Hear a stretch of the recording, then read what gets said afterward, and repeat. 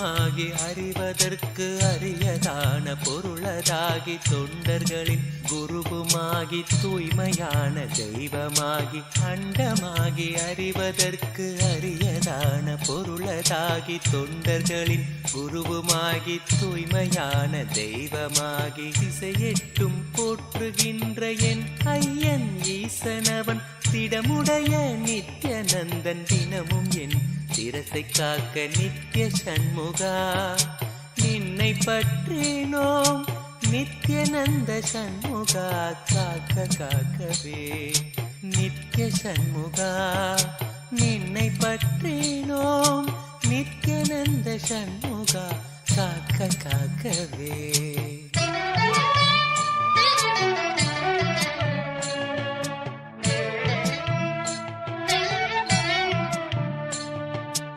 ஆதிசிவன் மைந்தனவன் ஆனந்தமாய் நெற்றி காக்க ஆறுமுக வேலவனோ இருநுதலை இசைந்து காக்க ஆதிசிவன் மைந்தனவன் ஆனந்தமாய் நெற்றி காக்க ஆறுமுக வேலவனோ இருநுதலை இசைந்து காக்க ஜோதியான தணிகை ஈசன் நித்யநந்தன் விழியை காக்க நாதனாம் நித்யநந்தன் நயமுடன் நாசி காக்க நித்ய சண்முகா நின்னை பற்றினோம் நித்யநந்த சண்முகா காக்க காக்கவே நித்ய சண்முகா நின்னை பற்றினோம் நித்யானந்த சண்முகா காக்க காக்கவே.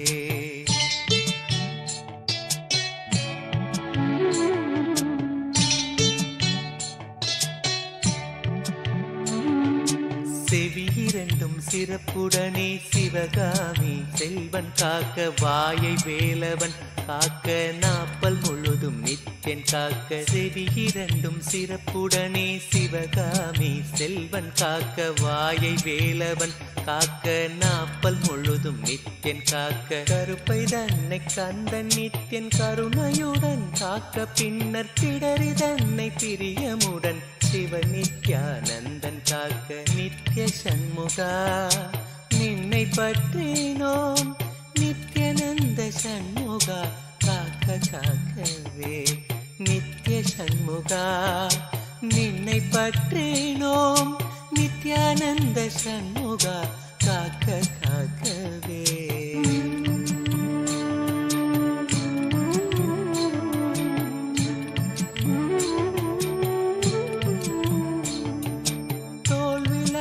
திருமகனின் மருமகனோ மகிழ்ந்து காக்க மார்பினை மறுத்திடாமல் மருதமலை நாதன் காக்க முழங்கைதனை முன்னிருந்து நித்ய சண்முகன் காக்க முழங்கைதனை முன்னிருந்து நித்ய சண்முகன் காக்க 12 கையை கொண்டு பிணியெல்லாம் நித்யன் தீர்க்க நித்ய சண்முகா நின்னை பற்றினோம் நித்யநந்த சண்முகா காக்க காக்கவே நித்ய சண்முகா நின்னை பற்றினோம் நித்யநந்த சண்முகா காக்க காக்கவே நித்யநந்த சண்முகா காக்க காக்கவே.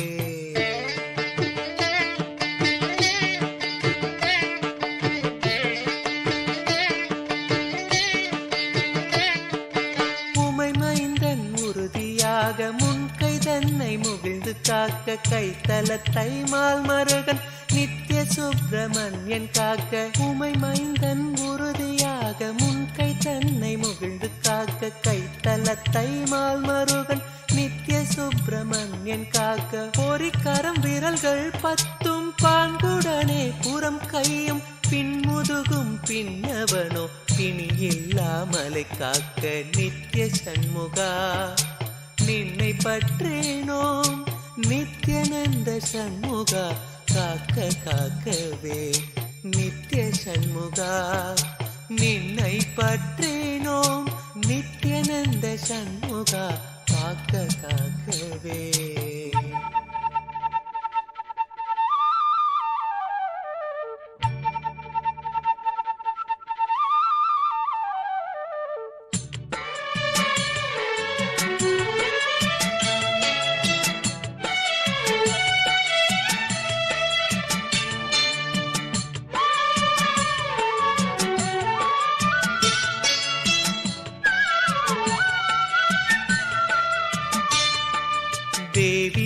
மைந்தன் தாளினையும் இருமுழங்காலும் காக்க தொடையோடு கணைக்கால் தனை கைலை செல்வன் கனிந்து காக்க தேவி மைந்தன் தாளினையும் இருமுழங்காலும் காக்க தொடையோடு கணைக்கால் தனை கைலை செல்வன் கனிந்து காக்க நேருடை பாடிரெண்டும் நித்யானந்த ஈசன் காக்க சீரிய புதிக்கால் தன்னை குரு நித்யானந்தன் காக்க நித்ய சண்முகா நின்னை பற்றினோம் நித்யானந்த சண்முகா காக்க காக்கவே நித்ய சண்முகா நின்னை பற்றினோம் நித்யானந்த சண்முகா காக்க காக்கவே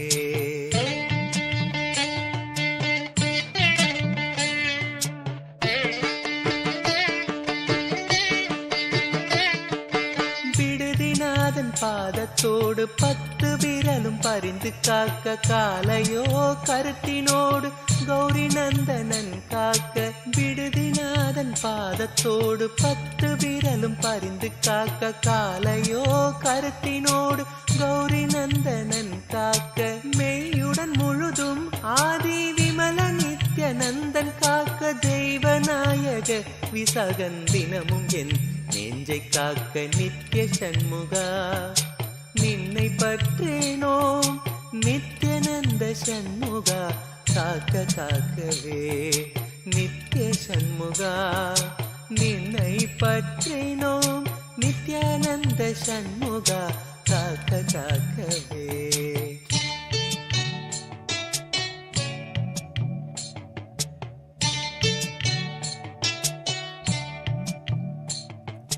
மண்ணிலும் மரத்தின் மீதும் மலையிலும் நெருப்பின் மீதும் தண்ணீரை ஜலத்தின் மீதும் சாரிசை ஊர்த்தி மீதும் மண்ணிலும் மரத்தின் மீதும் மலையிலும் நெருப்பின் மீதும் தண்ணீரை ஜலத்தின் மீதும் சாரிசை ஊர்த்தி மீதும் விண்ணிலும் பிளத்தின் உள்ளும் வேறு எந்த இடத்தும் என்னை நன்னி வந்து அருளார் நித்யானந்தன் வேல் காக்க காக்க நித்ய சண்முகா நின்னை பற்றினோம் நித்யானந்த சண்முகா காக்க காக்கவே நித்ய சண்முகா நின்னை பற்றினோம் நித்யானந்த சண்முகா காக்க காக்கவே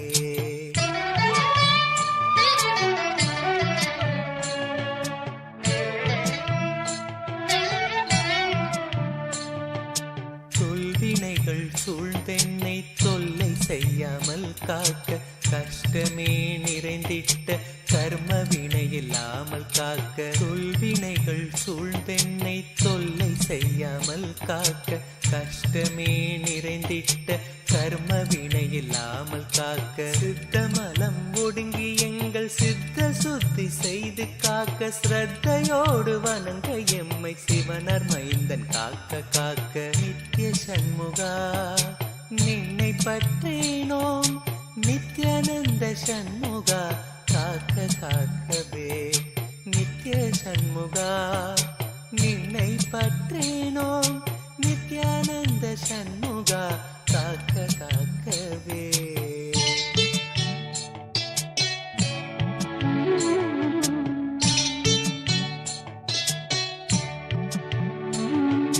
சித்தர்கள் போற்றுகின்ற ஞான சித்தி தந்து காக்க சிவானந்த தேனில் எம்மை திளைத்திடவே செய்து காக்க சித்தர்கள் போற்றுகின்ற ஞான சித்தி தந்து காக்க சிவானந்த தேனில் எம்மை திளைத்திடவே செய்து காக்க 10 திக்கு தோறும் எனை பறந்து வந்து ஐயன் காக்க பற்றுதலை பற்றறுத்து பரமனை பற்ற காக்க 10 திக்கு தோறும் எனை பறந்து வந்து ஐயன் காக்க பற்றுதலை பற்றறுத்து பரமனை பற்ற காக்க நித்ய சண்முகா நின்னை பற்றினோம் நித்யானந்த சண்முகா காக்க காக்கவே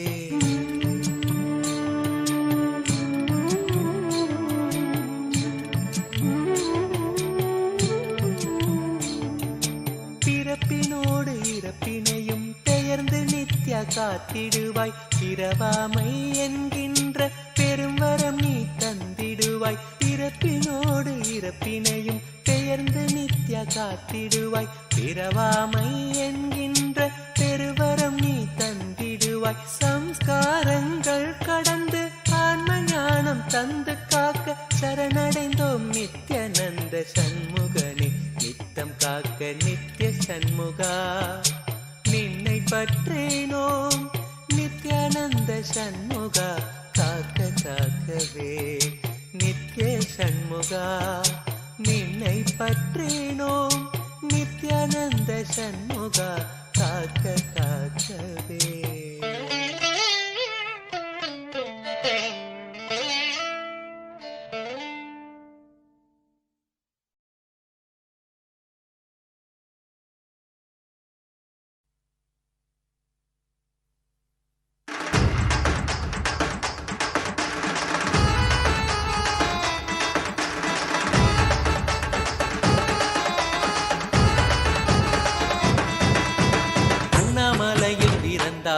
புவி எண்ணாத யோகமே கொண்டிட நித்யன் ஈரேழு லோகத்திற்கெட்டா ஈசன் முக்தி நேரி அருளவே நித்யனாய் பூலகிற்கு வந்தம்மை ஆட்கொள்ள தேவர்களை காத்திட வைத்தான். தாயாய் பேரருள் புரிய உடல் ரோமம் சிலிர்த்திட நித்யனாய் வந்து அண்ணாமலையில் பிறந்தான். புவி எண்ணாத யோகமே கொண்டிட நித்யன் ஈரேழு லோகத்திற்கெட்டா ஈசன் முக்தி நேரி அருளவே நித்யனாய் அண்ணாமலையில் பிறந்தான். திருவண்ணாமலையில் பிறந்தான்.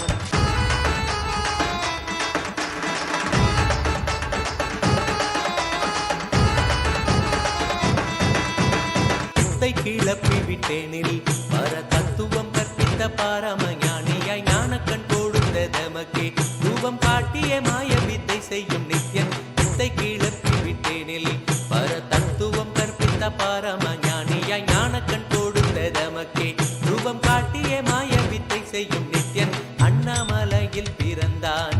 புவி எண்ணாத யோகமே கொண்டிட நித்யன் ஈரேழு லோகத்திற்கெட்டா ஈசன் முக்தி நேரி அருளவே நித்யனாய் அண்ணாமலையில் பிறந்தான்.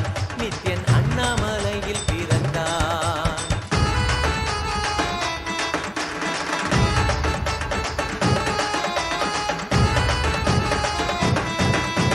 மெய்ப்பொருளான நித்யனை ஆழ்ந்து சிந்திக்க ஐயனின் ரூபம் விளங்கும். தாண்டும் சிவசக்தியாக ஐம்பொறிகளுக்கும் புலனாகின்ற நித்யன். மெய்ப்பொருளான நித்யனை ஆழ்ந்து சிந்திக்க ஐயனின் ரூபம் விளங்கும். யாண்டும் சிவசக்தியாக ஐம்பொறிகளுக்கும் புலனாகின்ற நித்யன் அண்ணாமலையில் பிறந்தான். புவி எண்ணாத யோகமே கொண்டிட நித்யன் ஈரேழு லோகத்திற்கெட்டா ஈசன் முக்தி நேரி அருளவே நித்யனாய் அண்ணாமலையில் பிறந்தான். திருவண்ணாமலையில் பிறந்தான்.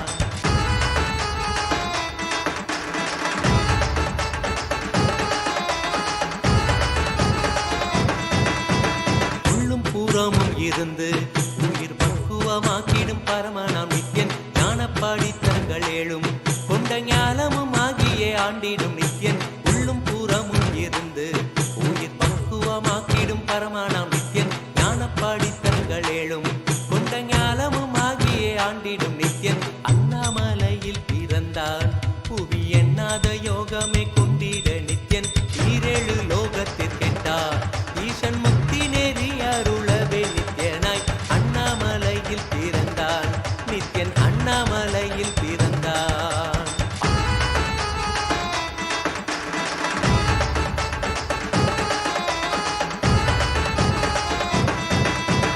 ஆப்த வாக்கியங்களான அருள் கவிதைகள் நித்யனின் மகிமை சொல்லிடும். மகிமை அர்த்திக்க பின்னே சிவசக்தி ஸ்வரூபமாய் தோன்றிடும் நித்யன். ஆப்த வாக்கியங்களான அருள் கவிதைகள் நித்யனின் மகிமை சொல்லிடும். மகிமை அர்த்திக்க பின்னே சிவசக்தி ஸ்வரூபமாய் தோன்றிடும் நித்யன் அண்ணாமலையில் பிறந்தான். புவி எண்ணாத யோகமே கொண்டிட நித்யன் ஈரேழு லோகத்திற்கெட்டா ஈசன் முக்தி நேரி அருளவே நித்யனாய் அண்ணாமலையில் பிறந்தான். திருவண்ணாமலையில் பிறந்தான்.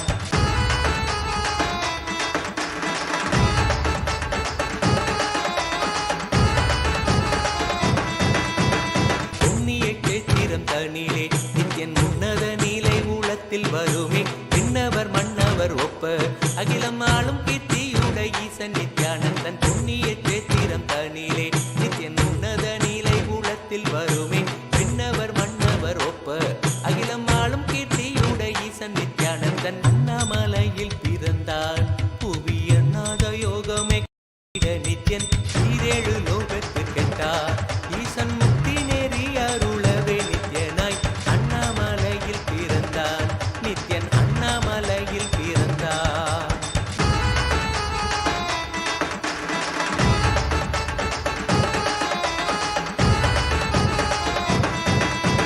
முப்புரி நூலை தரித்தவன் ஐயன் வேதியன் வெந்நீர் பூசிய நித்யன் அண்டத்தின் மூலம் காரணன் முடிவற்ற ஆனந்தத்தை கொண்டற்கருள்வான். முப்புரி நூலை தரித்தவன் ஐயன் வேதியன் வெந்நீர் பூசிய நித்யன் அண்டத்தின் மூலம் காரணன் முடிவற்ற ஆனந்தத்தை தொண்டற்கருள்வான். அண்ணாமலையில் பிறந்தான் புவி எண்ணாத யோகமே கொண்டிட நித்யன் ஈரேழு லோகத்திற்கெட்டார் ஈசன் முக்தி நெறி அருளவே நித்யனாய் அண்ணாமலையில் பிறந்தான் நித்யன் அண்ணாமலையில் பிறந்தான்.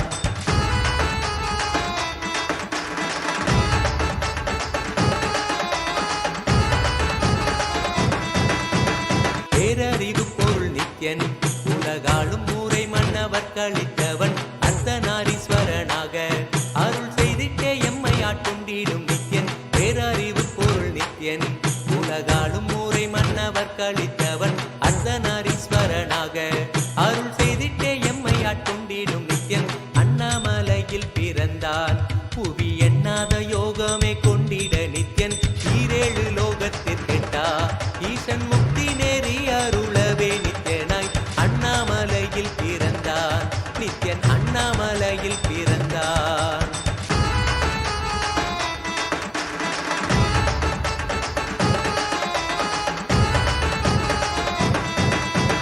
பிறவி பிறவியாய் தேவர்கள் பரம்பொருளான பரமனையை தேட ஈசன் பிறவாமல் ஆட்கொண்டு எம்மை ஒரு தத்துவம் தன்னை உரைத்திட நித்யனாய். பிறவி பிறவியாய் தேவர்கள் பரம்பொருளான பரமனையை தேட ஈசன் பிறவாமல் ஆட்கொண்டு எம்மை ஒரு தத்துவம் தன்னை உரைத்திட நித்யனாய் அண்ணாமலையில் பிறந்தான் புவி எண்ணாத யோகமே கொண்டிட நித்யன் ஈரேழு லோகத்திற்கெட்டார் ஈசன் முக்தி நெறி அருளவே நித்யனாய் அண்ணாமலையில் பிறந்தான் திருவண்ணாமலையில் பிறந்தான்.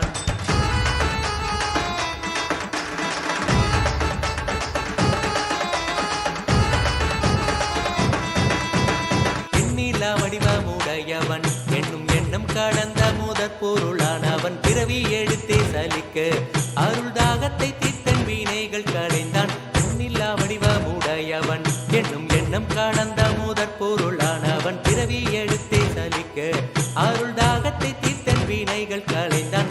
அண்ணாமலையில் பிறந்தான் புவி எண்ணாத யோகமே கொண்டிட நித்யன் ஈரேழு லோகத்திற்கெட்டார் ஈசன் முக்தி நெறி அருளவே நித்யனாய் அண்ணாமலையில் பிறந்தான் நித்யன் அண்ணாமலையில் பிறந்தான்.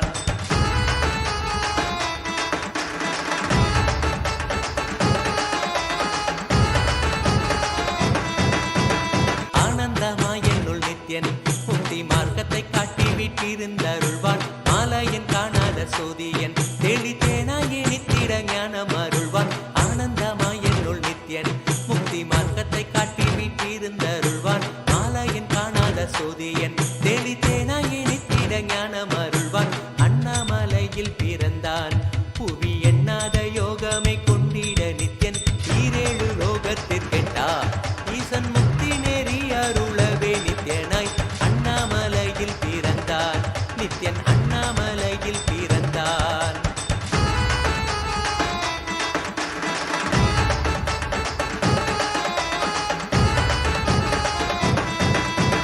வெற்றி குதிரை எதியே அடியார்கள் கூரைகளை ஏற்கின்ற நித்யன் சூழும் உறவினரோடு வந்த பாசந்தனை யாரு தேயம்மை காப்பான். வெற்றி குதிரை எரியே அடியார்கள் கூரைகளை ஏற்கின்ற நித்யன் சூழும் உறவினரோடு வந்த பாசம் தானை யாரு தேயம்மை காப்பான்.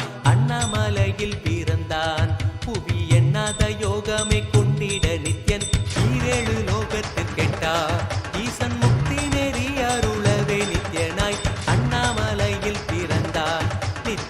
அண்ணாமலையில் பிறந்தார்.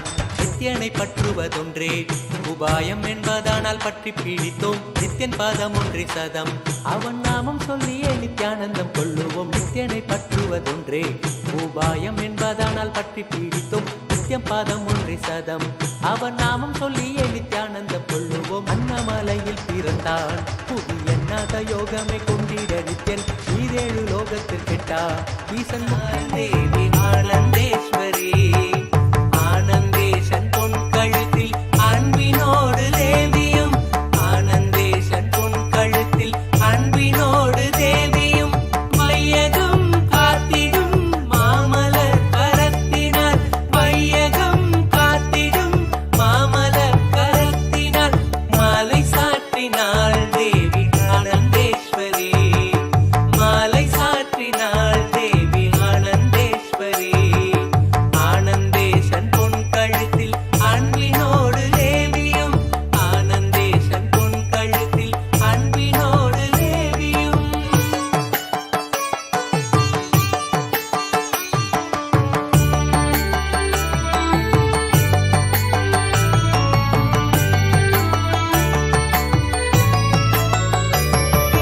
மாலை மாற்றினார் ஆனந்தேஸ்வரர், மாலை மாற்றினார் ஆனந்தேஸ்வரர். பாகமாய் அமர்ந்தவள் தன் பொன்மலர் கழுத்தினில், பாகமாய் அமர்ந்தவள் தன் பொன்மலர் கழுத்தினில், அண்டமும் தாங்கிடும் ஆனந்தன் கரத்தினால், அண்டமும் தாங்கிடும் ஆனந்தன் கரத்தினால், உமாலை வாங்கினாள் தேவி ஆனந்தேஸ்வரி, உமாலை வாங்கினாள் தேவி ஆனந்தேஸ்வரி.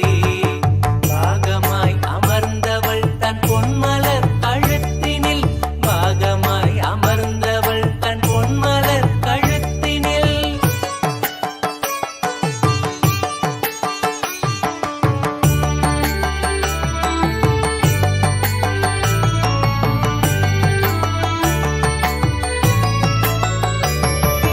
ரக்த சந்தனம் கோத்த சக்தி மாலையாம், ரக்த சந்தனம் கோத்த சக்தி மாலையாம், சக்தியோடு பக்தியும் அளிக்கும் தெய்வ மாலையாம், சக்தியோடு பக்தியும் அளிக்கும் தெய்வ மாலையாம். நித்யானந்தம் கொண்டாடியே தேவியும் கரத்தினார்.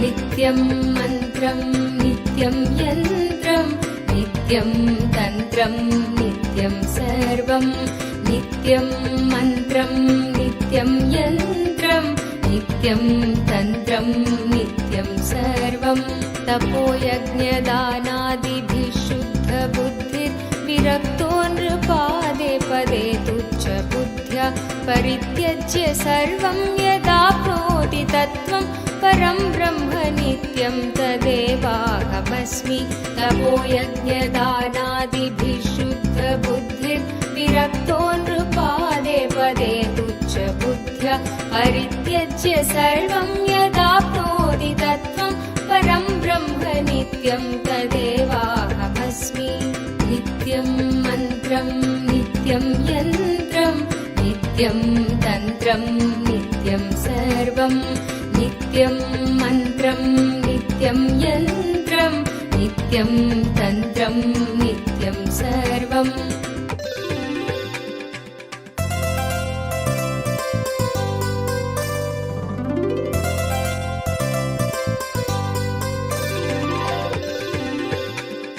दयालुं गुरुं ब्रह्मनिष्ठं प्रशान्तं समाराध्यमत्य विचार्य स्वरूपं यदाप्नोति तत्त्वं निदिध्यास्य विद्वान् परं ब्रह्म नित्यं तदेवाहमस्मि।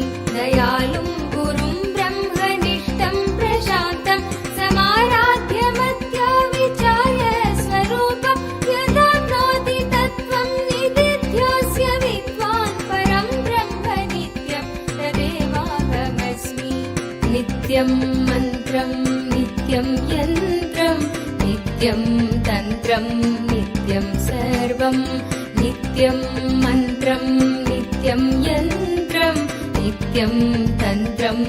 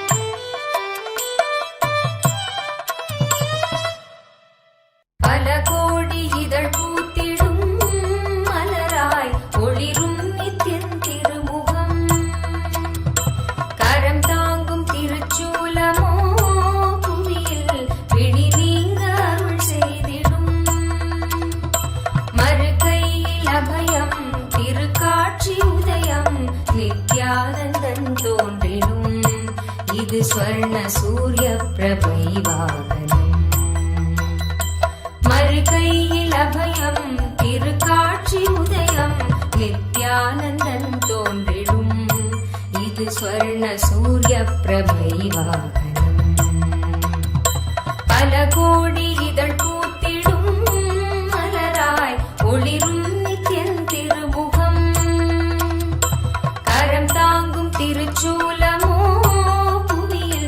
பிடி நீங்க அருள் செய்திடும்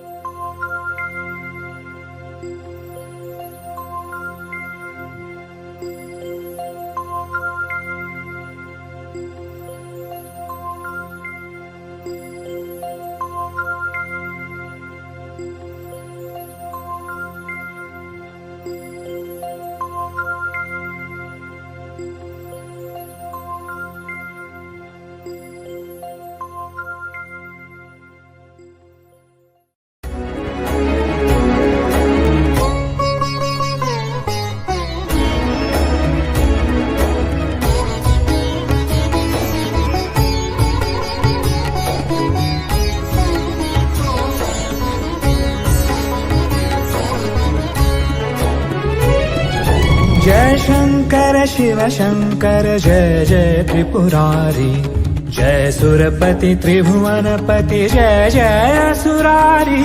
जय शंकर शिव शंकर जय जय त्रिपुरारी, जय सुरपति त्रिभुवनपति जय जय असुरारी।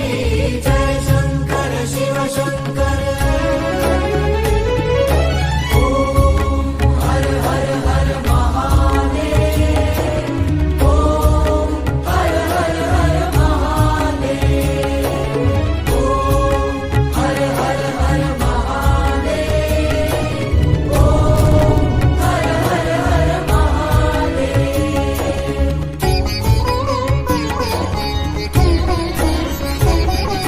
सत्य सनातन सुंदर शिव सबके स्वामी, शिव सबके स्वामी।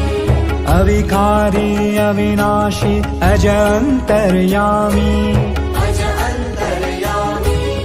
आदि अंत अनामय सकल कलाधारी, अमल रूप गोचर। त्रिपुरारी जय सुरपति त्रिभुवनपति जय जय असुरारी। जय शंकर शिव शंकर।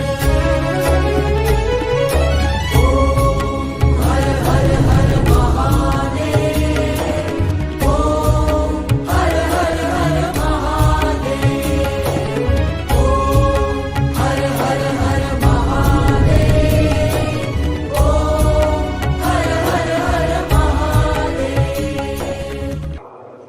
नमः शिवाय, नमः शिवाय। ओम नमः शिवाय, ओम नमः शिवाय। आसनादिवाचमन्यान्तरं सर्वोपचारान् समर्पयामि। आसनं समर्पयामि। स्वागतं सुस्वागतं ते। वाद्यं समर्पयामि। आचमनीयं समर्पयामि। पुनराचमनीयं समर्पयामि।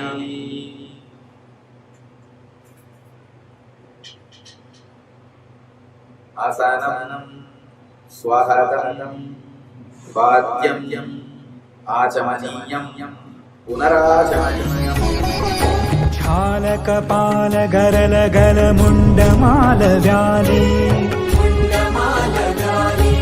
चिता भस्म तन शोभित नयन धरे लाली,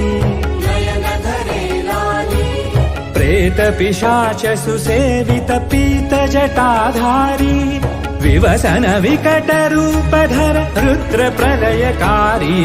जय शंकर शिव शंकर जय जय त्रिपुरारी, जय सुरपति त्रिभुवनपति जय जय असुरारी। जय शंकर शिव शंकर।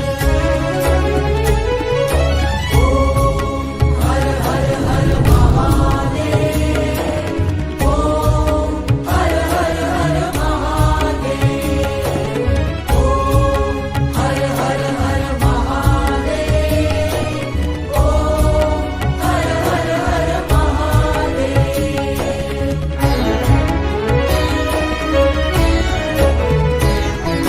शुभ्र सौम्य सुर सरिधर शशिधर सुखकारी, शशिधर सुखकारी। अति कमनीय शांति कर शिव मुनि मनहारी, शिव मुनि मनहारी। निर्गुण सगुण निरंजन नवतम नित्य प्रभो, काल रूप केवल हर कालातीत विभो। जय शंकर शिव शंकर जय।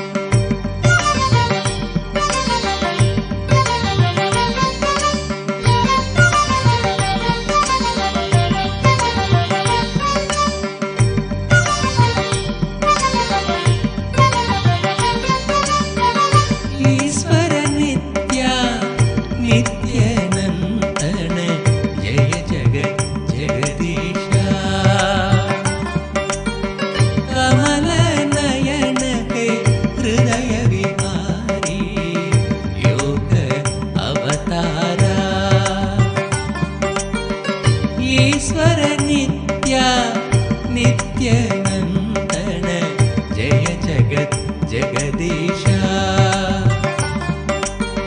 कमलनयन हे हृदय विहारी योग अवतारा गजमुग गजमुग सुरमुनिवन्दित नित्य गुणशीला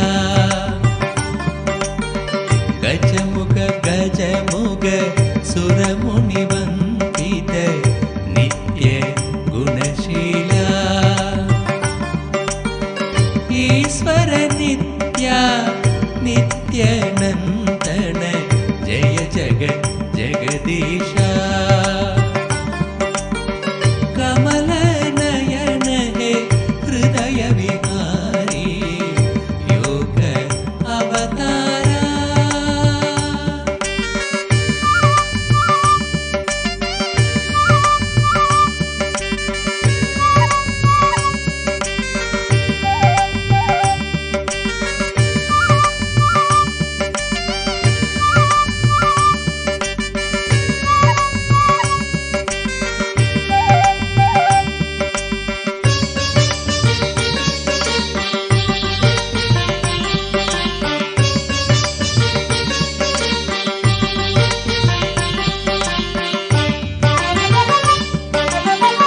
माता नित्येश्वरी प्रेममायि त्रिभुवनमोगिनी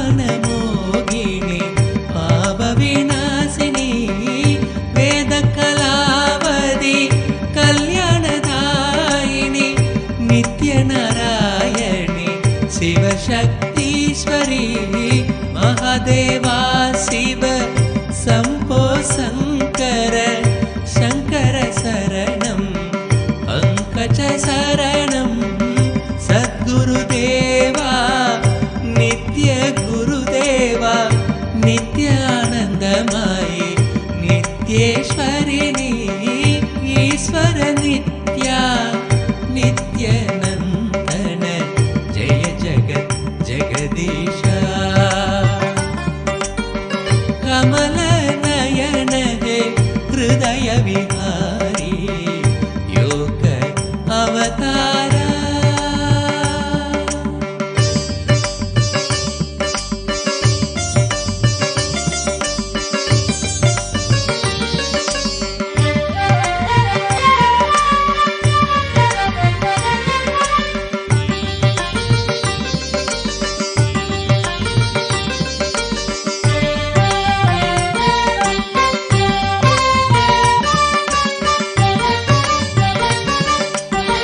जय गुरुनाथ शिव गुरुनाथ ओम जय गुरुनाथ शिव गुरुनाथ दीनदयाळ सच्चिदानन्द शरणं शरणं नित्य गुरु शरणं नित्य निरञ्जन ज्योति स्वरूपा ओम नमः शिवाय नित्याय नमः ओम सदाशिवरञ्जनी नित्य निरञ्जनी मंगल गुरुमाता नित्येश्वरिणी ईश्वर नित्या नित्यनन्दन जय जगत् जगदीशा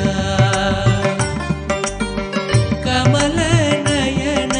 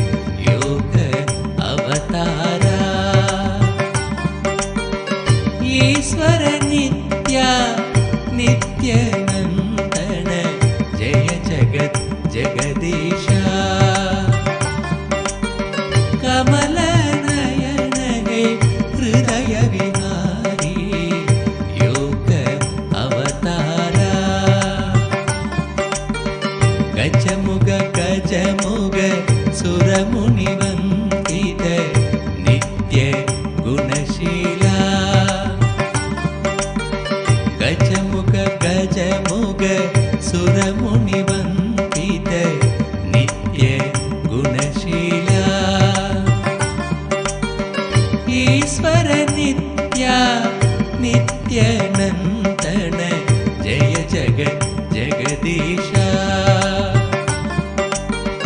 कमल नयन हे हृदय विहारी योग अवतारा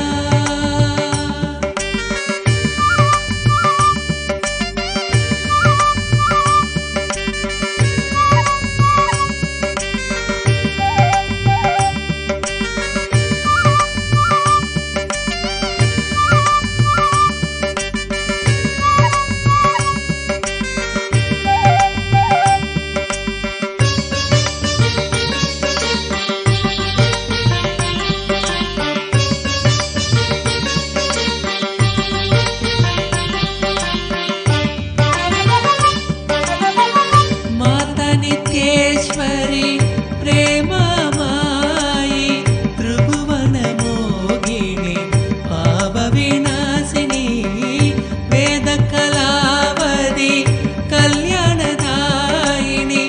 नित्यनारायणी शिवशक्तीश्वरी महादेवा शिव शम्भो शङ्कर शङ्कर शरणम् पंकज शरणं सद्गुरुदेवा नित्य गुरुदेवा नित्यानन्दमयी नित्येश्वरिणी ईश्वर नित्या नित्यानन्दन जय जगत् जगदीशा कमल नयन हे हृदय विहारी अवतारा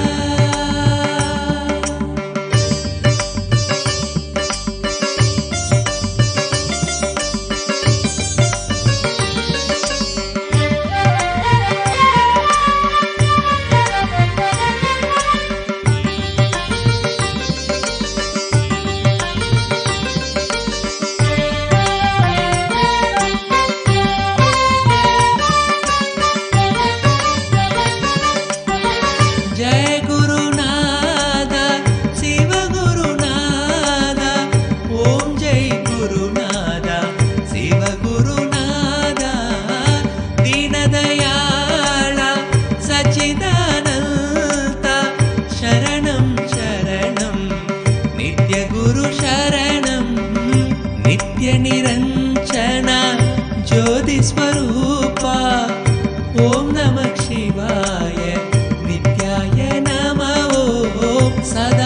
सदाशिवरञ्जनी नित्यनिरञ्जनी मङ्गलगुरुमाता नित्येश्वरिणी ईश्वर नित्या नित्यानन्दन जय जगत् जगत्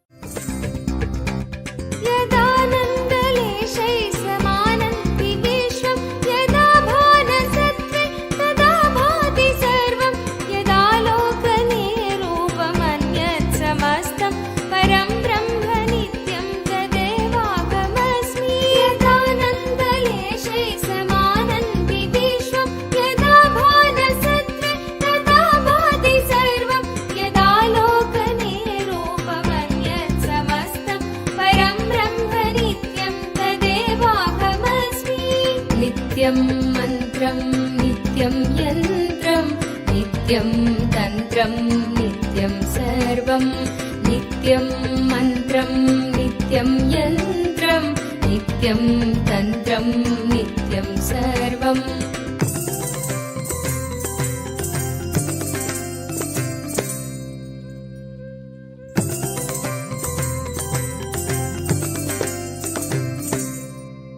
अनन्तं विभुं निर्विकल्पं निरेहं शिवं सङ्गहीनं यदोङ्कारगम्यं निराकारमत्युज्ज्वलं मृत्युहीनं परं ब्रह्म नित्यं तदेवाहमस्मि अनन्तं विभुं निर्विकल्पं निरेहं शिवं सङ्गहीनं यदोङ्कारगम्यं निराकारमत्युज्ज्वलं मृत्युहीनं परं ब्रह्म नित्यं तदे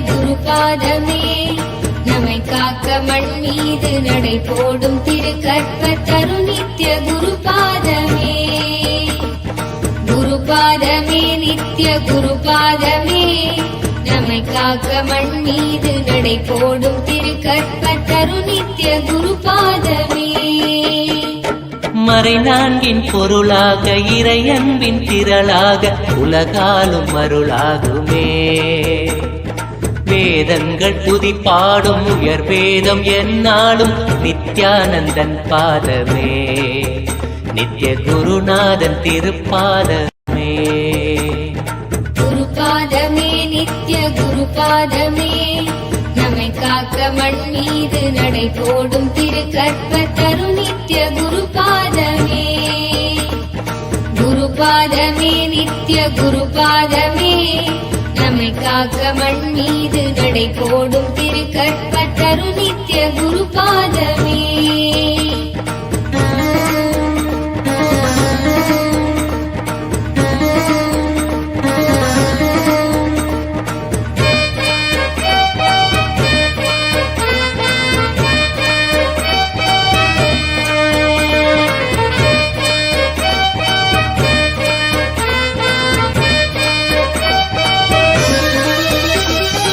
ஆனந்த வாழ்வதன் விடிவாக ஞானத்தின் வடிவாக மண்மீதிலே வலம் வரும் திருக்கோயில் ரிஷிராஜன் தவசீலன் நித்யானந்தன் பாதமே நித்ய குருநாதன் திருப்பாதமே குருபாதமே நித்ய குருபாதமே நம்மை காக்க மண் மீது நடை போடும் திருக்கற்பத்தரு நித்ய குருபாதமே குருபாதமே நித்ய குருபாதமே நம்மை காக்க மண் மீது நடை போடும் திருக்கற்பத்தரு நித்ய குருபாதமே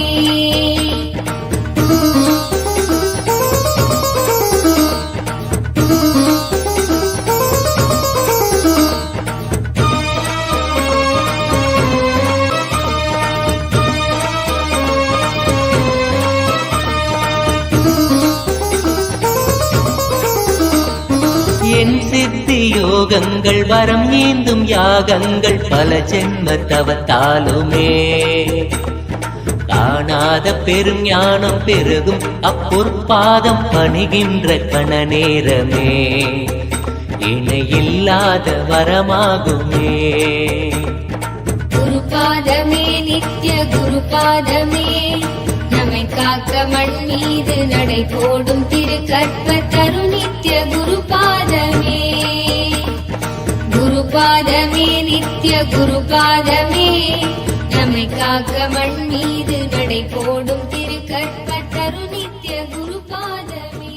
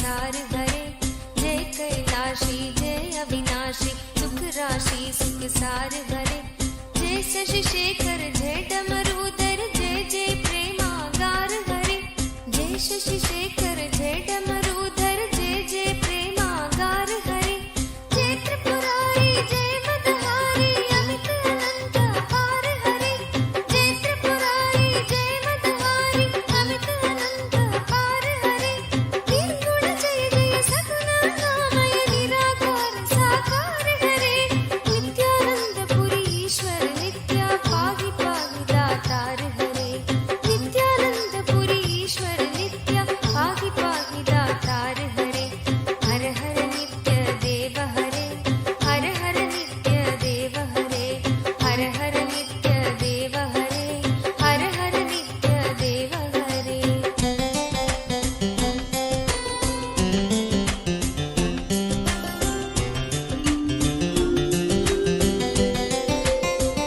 नित्य रामेश्वर नित्य नागेश्वर वैद्यनाथ केदार हरे नित्य रामेश्वर नित्य नागेश्वर वैद्यनाथ केदार हरे मल्लिकार्जुन सोमनाथ नित्य महाकाल ओंकार हरे मल्लिकार्जुन सोमनाथ नित्य महाकाल ओंकार हरे त्रयंबकेश्वर नित्य घुष्मेश्वर भीमेश्वर जगतार हरे त्रयंबकेश्वर नित्य घुष्मेश्वर भीमेश्वर जगतार हरे काशीपति श्री विश्वनाथ जय मंगलमय अघहार हरे काशीपति श्री विश्वनाथ जय मंगलमय अघहार हरे नीलकंठ जय भूतनाथ नित्य मृत्युंजय अविकार हरे नित्यानंद पुरी ईश्वर नित्य पाहि पाहि दातार हरे नित्यानंद पुरी ईश्वर नित्य पाहि पाहि दातार हरे हर हर नित्य देव हरे हर हर नित्य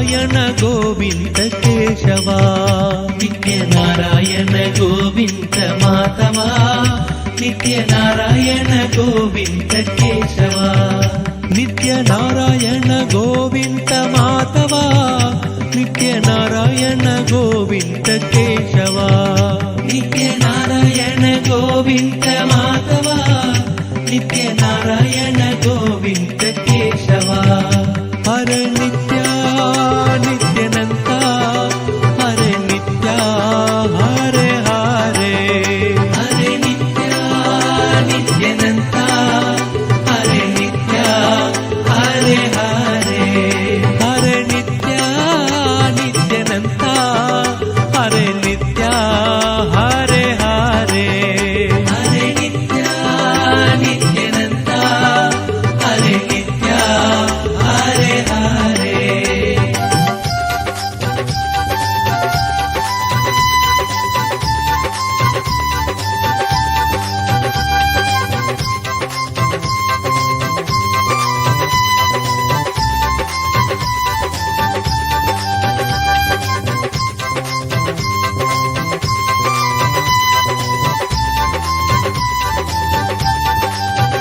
నిత్యనారాయణ గోవింద మాధవా, నిత్యనారాయణ గోవింద కేశవా, నిత్యనారాయణ గోవింద మాధవా, నిత్యనారాయణ గోవింద కేశవా, నిత్యనారాయణ గోవింద మాధవా, నిత్యనారాయణ గోవింద కేశవా, నిత్యనారాయణ గోవింద మాధవా, నిత్యనారాయణ గోవింద కేశవా, హర నిత్య నిత్యనంత, హర నిత్య హరే హరే, హరే నిత్య నిత్యనంత, హరే నిత్య హరే హరే, హర నిత్య నిత్యనంత, హర నిత్య హరే హరే, హరే నిత్య నిత్యనంత, హరే నిత్య హరే హరే.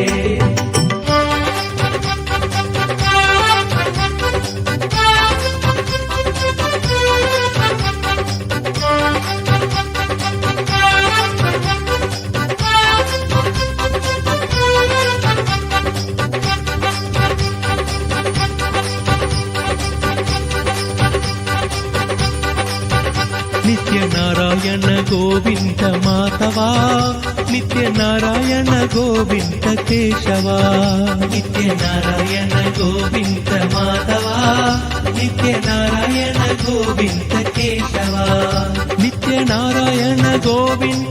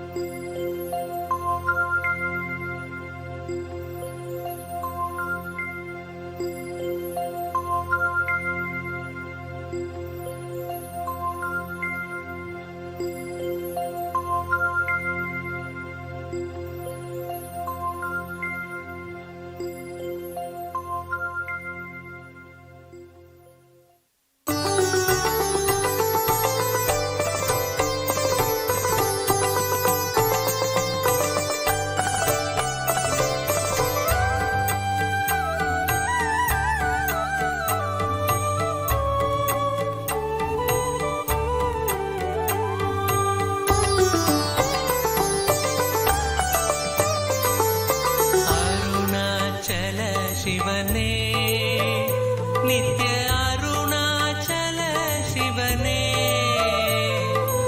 अभयं तन्दम्मयाट्कोण्डिडवे अभयं तन्दम्मयाट्कोण्डिडवे करुणयाल उदितवने नित्य अरुणाचल शिवने अरुणाचल शिवने नित्य अरुणाचल शिवने अभयं तन्दम्मयाट्कोण्डिडवे अभयं तन्दम्मयाट्कोण्डिडवे करुणयाल उदितवने नित्य अरुणाचल शिवने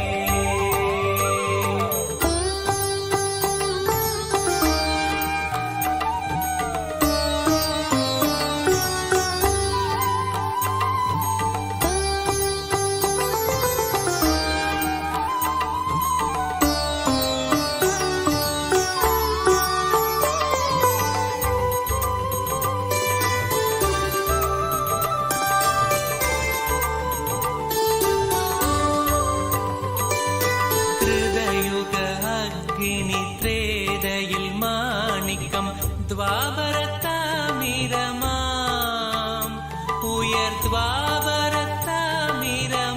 उयर्द्वापरतामिरमाम् कलियुगम् उय्य अरुणाचल इंद कलियुगम् उय्य अरुणाचल तिरु मलयन எழுந்தவனே नित्य अरुणाचल शिवने अरुणाचल शिवने नित्य अरुणाचल शिवने अभयं तन्दम्मयाट्कोण्डिडवे अभयं तन्दम्मयाट्कोण्डिडवे करुणयाल उदितवने नित्य अरुणाचल शिवने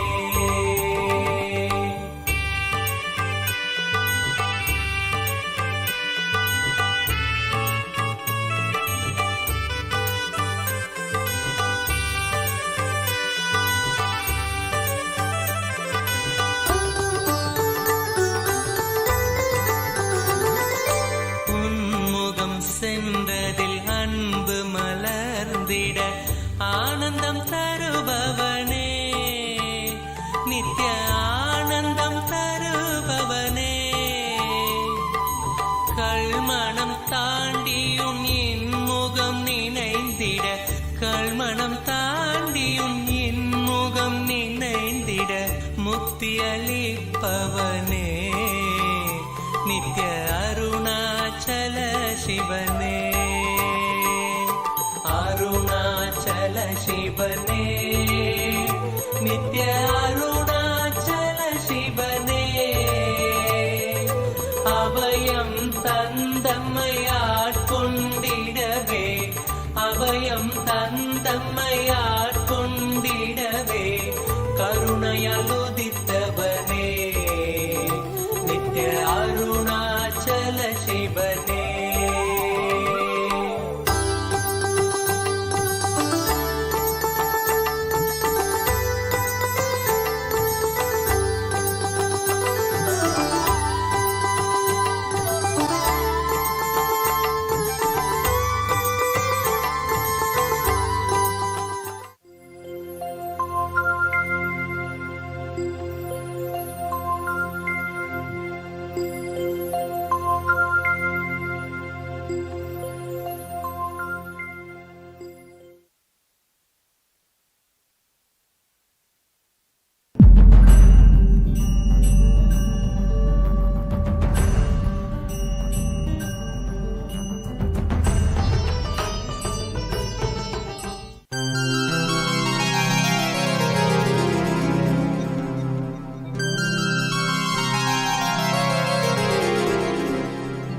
मृत्युञ्जयाय रुद्राय नीलकण्ठाय शम्भवे अमृतेशाय शर्वाय नित्यानन्दाय ते नमः नित्यानन्दाय ते नमः नित्यानन्दाय ते नमः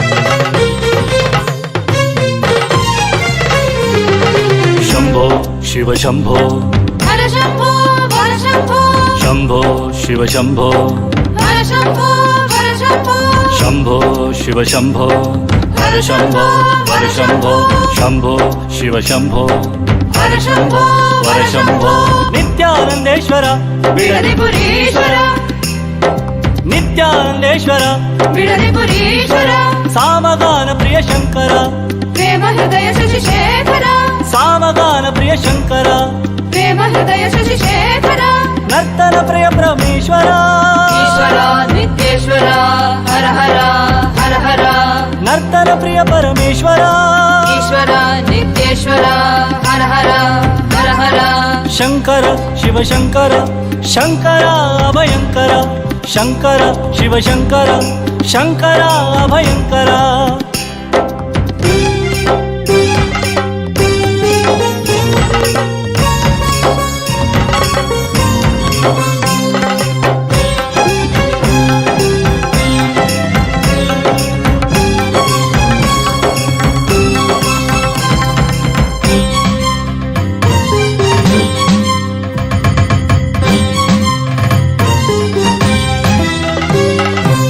जय शंकर सांब सदाशिव हर हर शंकर सांब सदाशिव जय जय शंकर सांब सदाशिव हर हर शंकर सांब सदाशिव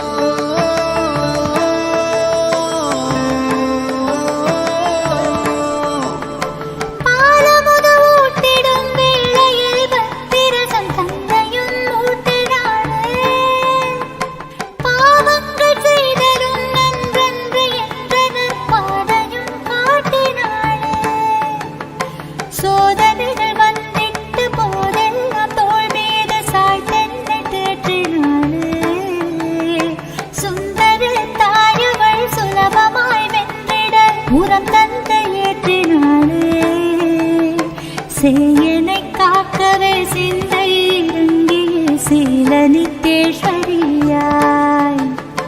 சீர்மிகும் மேருவாம் ஜோதி மனு தன்னிலே தாயெனத் தோன்றினாளே தூயவன்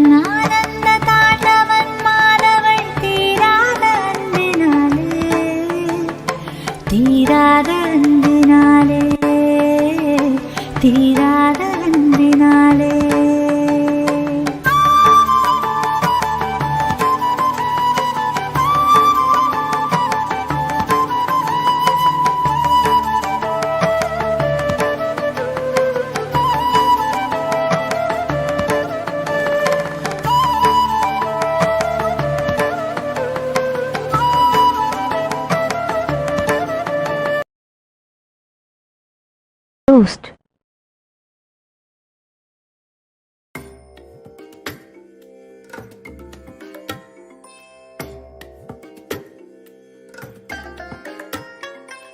I bless you all.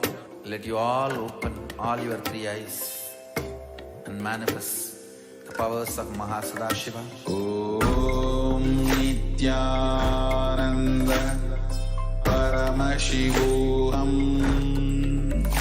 Om Nithyananda Paramashivoham.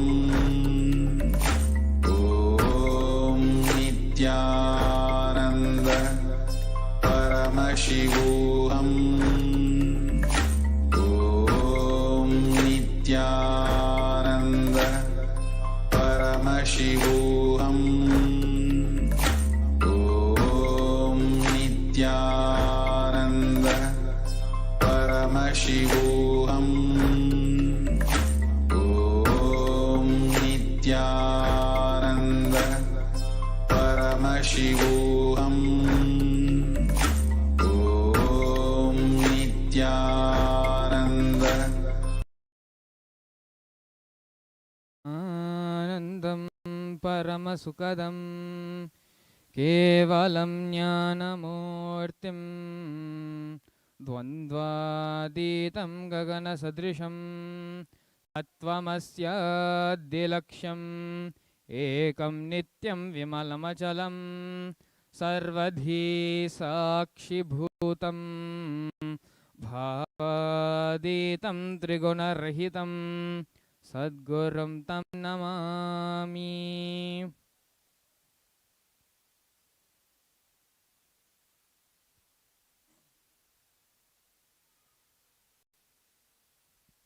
Nityanandam, welcome each and every one of you joining us, sitting with us here today on Nityananda TV, KAILASA official TV channel. Swamiji, the Supreme Pontiff of Hinduism, Jagatguru Mahasannidhanam, His Divine Holiness, Bhagavan Nithyananda Paramashivam, has taken up the enormous responsibility of reviving Hinduism.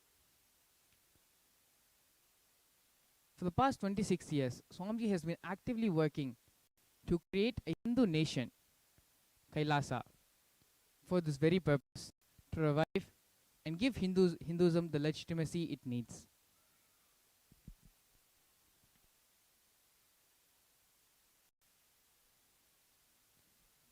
As part of the revival of the Sanatana Hindu Dharma, Swamiji has been bringing back, not only reviving, but practicing all these customs, these traditions, ancient practices which happened in the ancient days. One of them being the Vakyata Satas. What is Vakyata Satas? Vakyata Satas is the Kandana Mandana, the breaking and expanding of logic. Having the debate and the discussion about various truths, various powerful cognitions, various concepts in Hinduism. When a truth is given by the Master, when we hear it and imbibe it from the Guru, the only 25% of actually the truth being imbibed and the essence of it getting into our system.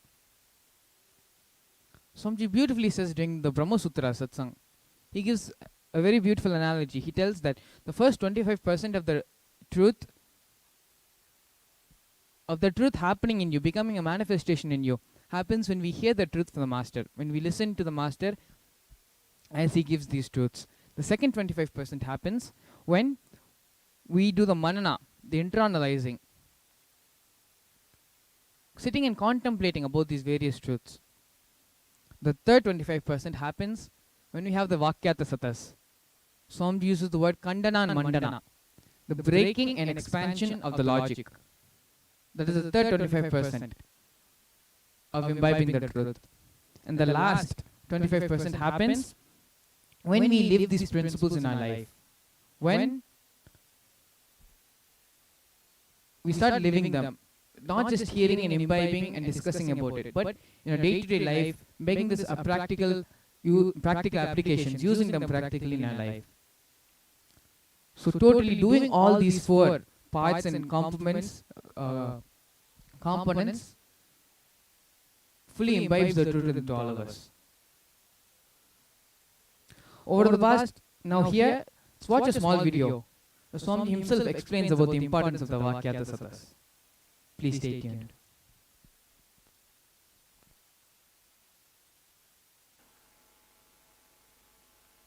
Listen, listen.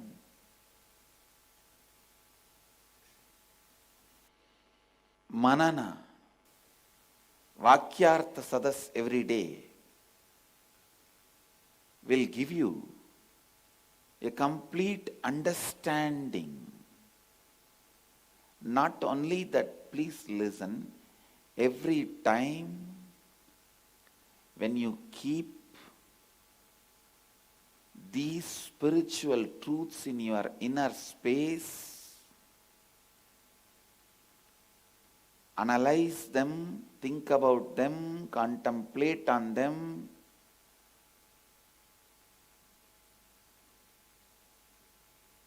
every moment you spend on intra-analyzing these great truths,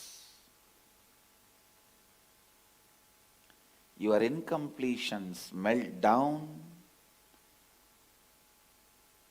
you are living Advaita.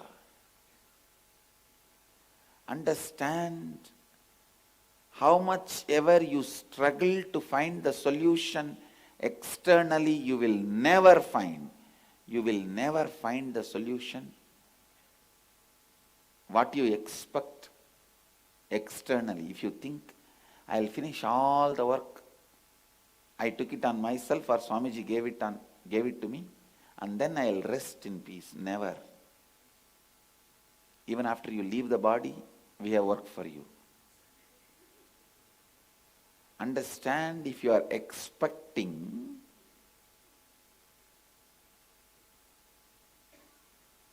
the external solution, no. You need to be told you are a fool.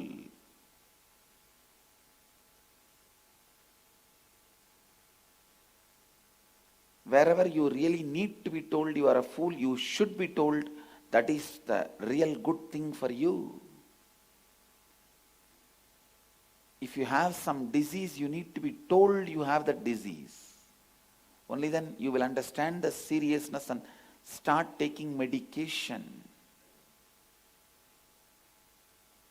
Manana, intra-analyzing is really, really, really important. Because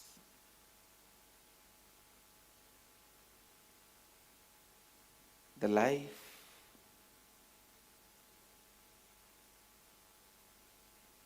gets aligned to living Advaita with Manana.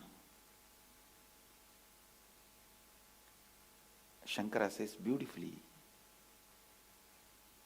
Shrute Shatagunam Vidyan Mananam Mananat Abhinitidhyasanam Lakshagunam Anantam Nirvigalpam. The meaning is Manana is 100 times superior to Shravana. Intra-analyzing is 100 times superior to listening. And living is 100 times superior to intra-analyzing. Nirvigalpa Samadhi, living Advaita, is infinitely superior. Please understand, you need to listen and internalize again and again and again. That is why I am insisting on Vakyartha Sadas. Even if there are 2-3 sannyasis in your ashram, Start the Vakyartha Sadas. Slowly devotees will start gathering. Everywhere, in every ashram, every center, just like puja is compulsory, Vakyartha Sadas should become compulsory. More and more learning, more and more internalizing, more and more completion. Understand, other than the spiritual solution, there is no solution.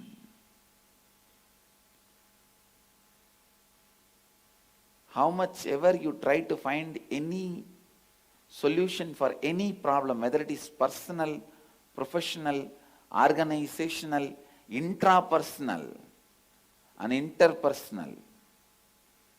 Interpersonal is direct fight. Intrapersonal is cold war. You won't fight, but you will be waiting. See, it's like directly when you fight, it becomes like equal fight. But I have seen many cunning fellows, they won't directly fight.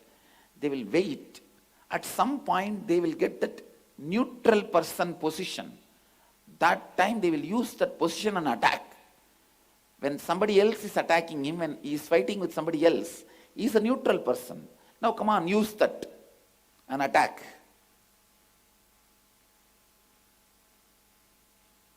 Violence. How much ever you hide,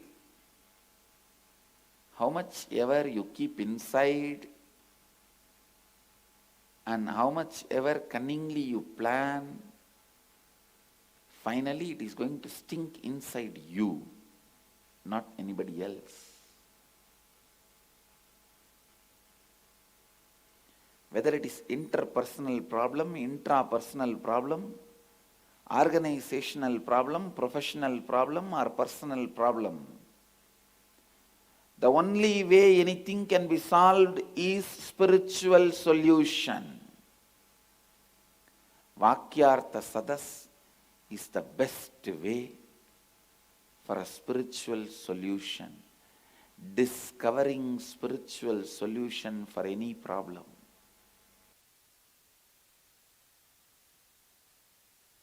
Yes. Swamiji beautifully had explained how for any problem you are facing in your life, you will never find external solution for it. Only having the Vakyartha Sadas again and again continuously, looking within, inside yourself, those are the only places where you'll be able to find a solution for any of your problems, be it externally, be it from a small thing that your kid is not eating his food, or be it for big problems like trying to end world hunger and trying to get world peace. For each and every external factor, external problem that we have, or that we perceive as a problem, only when we inside ourselves, when we complete it, when we change our inner space, that is when the outer space changes. So getting into the Vakyartha Sadas for today. For the past many days, Swamiji has been very insistent on the revival of the KAILASA nation. And in his everyday satsangs, more than giving a satsang, Swamiji is focusing on building the KAILASA nation, giving the whys and hows on how we can start working even now to build the KAILASA nation. Let's go over Hindus and Hinduism and the purpose for which the KAILASA nation is being built. Hinduism is the greatest science of life, absolutely life positive. Fundamentally, Hindus don't believe in conversion or terrorism. All around the world, Hindus have proved themselves to be the most contributing communities wherever they settle. The Indian constitution is secular only to Hindus. From Paramashiva to our rishis who have given us this super conscious based lifestyle for all of us to live. As they have passed it down to us, it is our responsibility to pass it down to the next generation. Not just passing it down, but preserving and make sure there is something left even to pass it down to the next generation. That is our responsibility. As Swamiji beautifully says, making temples is great, but it is not enough. 16 times we allowed the Somnath temple in Gujarat to get destroyed. Rebuilding it the 17th time is a greatness, no doubt. But what kind of ecosystem did we have at the time which allowed the temple to be destroyed? Forget even once, but 16 times.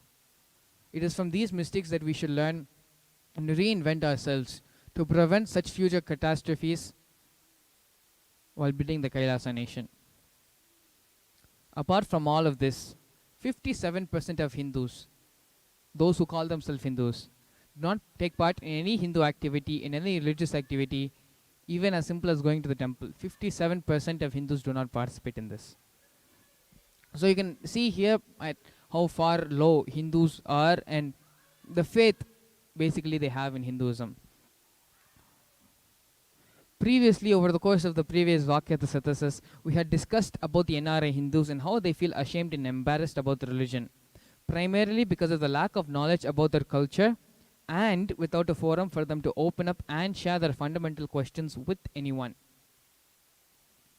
Whatever may be the causes for this, the solution is the same, where they need to be enriched and given the correct understandings of the whys and hows of Hinduism. We have also discussed the need of political legitimacy for Hindus and how so many of the atrocities could have been avoided if Hindus had had political legitimacy. In yesterday's Vakyata Satas, we had discussed about Hindu sadhus and sannyasis who have been subjected to a special social persecution which has led and contributed to the demoralization of sadhus, not only preventing future generations from picking up the mantle and becoming sadhus now, but allowing and giving a platform for people to kill off the existing sannyasis and sadhus. Not a single person is revolting against them, speaking up, trying to prevent this. The British, they implemented a beautiful strategy. Not a beautiful strategy, but they implemented a very cunning strategy where if you want to kill a dog, you don't go and cut off its head first. You first tell everyone that it's a mad dog. Continuously tell everyone it's a mad dog. Continuously prove to everyone why it is a mad dog, and then you chop its head off. That way, no one is there to stand up against you. No one is there to revolt against you when you cut the dog's head. It is the same way. First, they go out of the way to make sure and to tell everyone how Hindu sannyasis are mad people, why they should not exist in the first place. After that, destroying them becomes very easy. And that is exactly what is happening in the modern day to Hinduism, where not just the sannyasis, not just the our spiritual heritage, but Hinduism itself has been demoralized to such an extent where when it gets destroyed, when it gets chopped off and cut off, no one is there to stand for it. So what do we mean by social persecution? Here we have a statistics presented before us. 200 years of intense racial hatred towards Hindus. Let me just read out the article given here. The Hindus are full of disemulation and falsehood, the universal concomitants of oppression. The vices of falsehood, indeed, they carry to a height almost unexampled among the other races of men. As for religion, no people have ever drawn a more gross or disgusting pictures of the universe than what is presented in the writings of the Hindus. Very few words are required because the superiority of the Mohammedans in respect of religion is beyond all dispute. In truth, the Hindu, like the eunuch, excels in the qualities of a slave. The Mohammedan is more manly. This is by James Mill of the seminal work, The History of British India, an intellectual leader for a generation of the East Indian Company civil servants. So this is pretty much self-explanatory. There's nothing much more I need to add, but you can see how the British, they have taken our, they have come, they have studied us, they have taken our culture, our heritage, our scriptures, and they have misrepresented it throughout the entire world, comparing our religion with other religions, and have given a statement how compared to other religions we are very undeveloped and disgusting in their own words. Moving on. The British Empire used all possible means to destroy Hindu civil and cultural institutions. in order to delegitimize and demoralize the indigenous people of India so they would become slaves in their own homeland. Discriminatory laws to instill feelings of racial inferiority. Engineered famines to starve natives into submission. Annexed Hindu kingdoms to undermine native rule. Mistranslated Hindu scriptures to instill anti-Hindu narratives. Destroyed indigenous Gurukul education system. Destroying the local industries and forced importation of British goods. Banned Indians from owning or producing firearms. So here the list of things which have been done by the East Indian Company, by the British. After, in the previous article, we had seen how systematically, in just one such article, they have labeled us as the mad dog. And in the next slide, we're seeing here the number of things in which they have cut off our heads, cut off our different body parts, without any uproar, without any sense of an injustice happening. Once they have labeled us as a religion which does not need to exist, which is a parasite on the planet, rather than the roots and the parts which are actually contributing towards the world. Once they have labeled us as a parasite, cutting off became very easy for them. So the topic of discussion today, the topic of the Vakyasatas today, extensively discussing on the various levels of how Hindus have faced social persecution. Over the past couple of Vakyasatas, we have discussed immensely on political legitimacy, on religious legitimacy. We have even discussed on the secularism which is there, especially in India, where it's secular only to Indians and not to the other religions sharing the country. Apart from all of this, there's a another important aspect of legitimacy, which is the social legitimacy.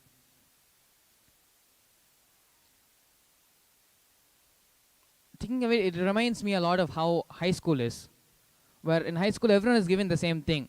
They're given the same platform, same facilities, same education, same care. But the social hierarchy which is formed within the high school by the students themselves, that is extremely damaging, and that is the root cause of a lot of problems which we face further in our life because of how we faced during our school days, how we were treated during our school days. Hinduism more or less is in that stance.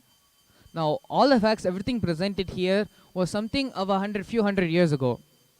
But unfortunately, with whatever has happened at that time, their effect is still very much present in the modern day, in the modern era.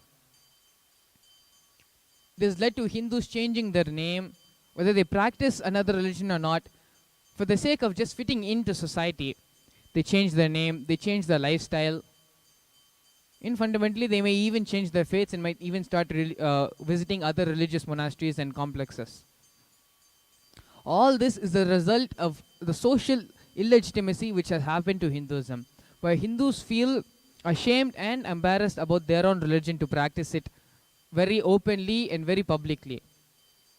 So the topic of discussion today, the question which we are being faced with today is, how has this evolved, the social illegitimacy of Hinduism, and what are the ways in which we can break and bring Hindus, instill the pride of Hinduism in Hindus.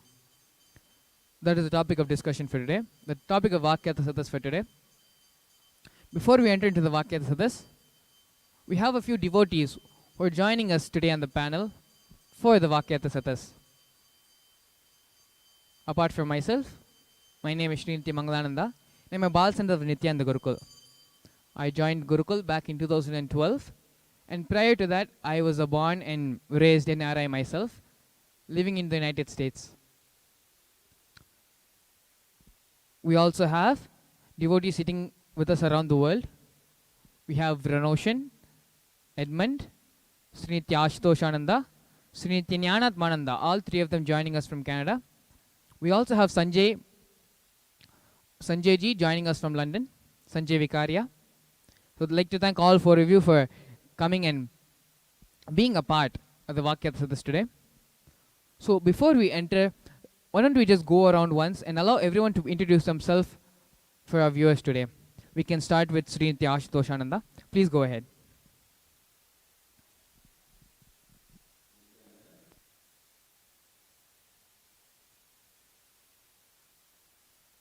As mentioned by Mangala Maharaj, was born in Canada. I studied mechanical engineering and finance, partially. I was also, as I was younger, very involved in sports and physical activity, which led me to learn and get interested into martial arts, which then led me to living abroad for 2 years, and then facing the life crisis where feeling that something is missing, that there's a lack of fulfillment, and there doesn't seem any way which could bridge the gap other than meditation. So at that point, I was introduced to Swamiji by my mother, and one thing leading to another, I decided to go to India, and I got very inspired about the lifestyle of sannyas, of brahmacharya. So knowing that Swamiji was offering a training for those to experience the lifestyle and see if they felt connected to this lifestyle, so I joined, and in 2014 I got initiated into Krama Brahmacharya, and since then have been listening, contemplating, and living the various powerful cognitions which Swamiji has initiated me and each disciple and devotee into. And it's a very fulfilling journey, intense, but it's real. And because of the realness of it, it's very fulfilling. So yes, thank you very much for having me today. I'm very happy to be part of this Varkyata Sadas and looking forward to share and listen to whatever is going to be shared. Thank you. Nityanandam.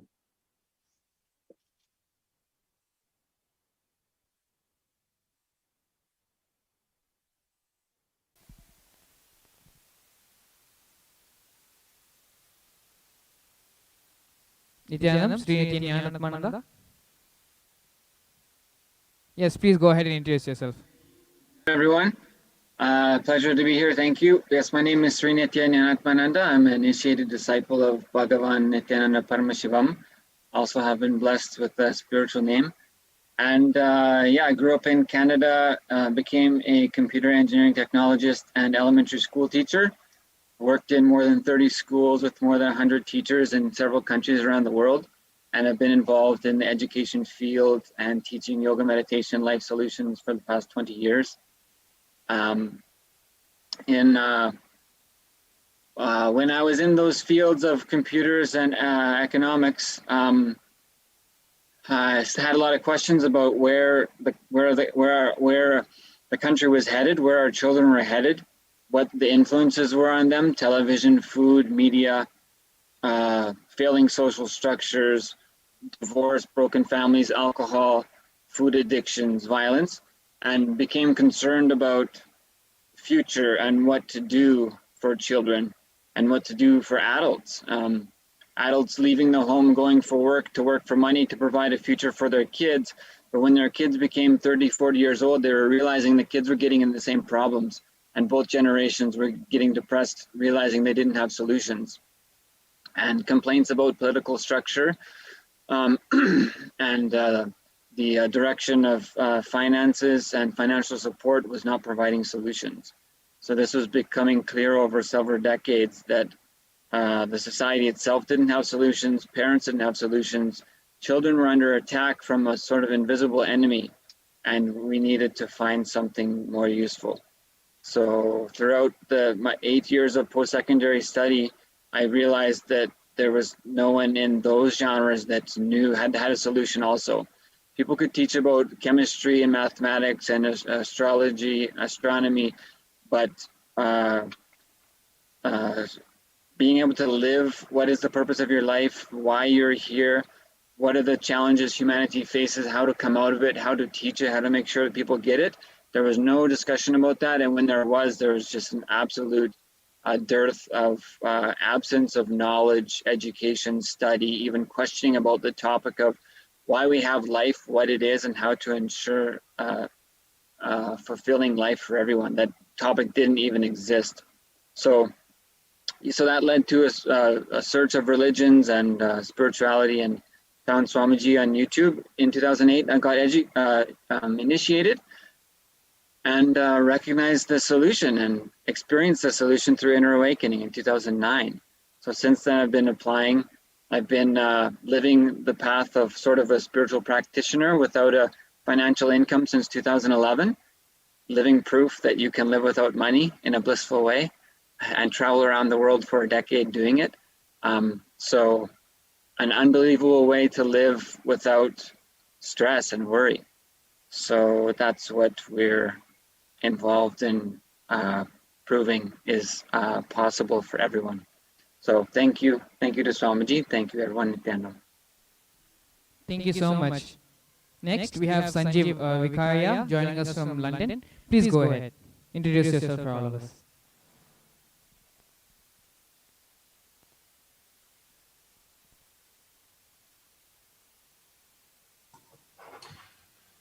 Nithyananda. Everybody, my name is Sanjay and I'm from London in the UK. By profession, I run a software business in the field of data analysis and insights. And outside of my profession, I'm married with 2 young boys also. So as a very short history, I was born into a Hindu Swaminarayan family. But most of my Hinduism growing up was very much about just following habitual process, doing certain things, attending the mandirs, but not really having a complete understanding of why all of that was there. And then quite soon after I had children, that's when something happened where a sincere seeking developed to learn much more about Hinduism. And it was thankfully at that point that Swamiji came or happened in my life. So I've been a devotee since about 2016, and it's now that with great bliss that I'm able to call myself a practicing Hindu and enjoy all the possibilities that come with the relationship with Guru.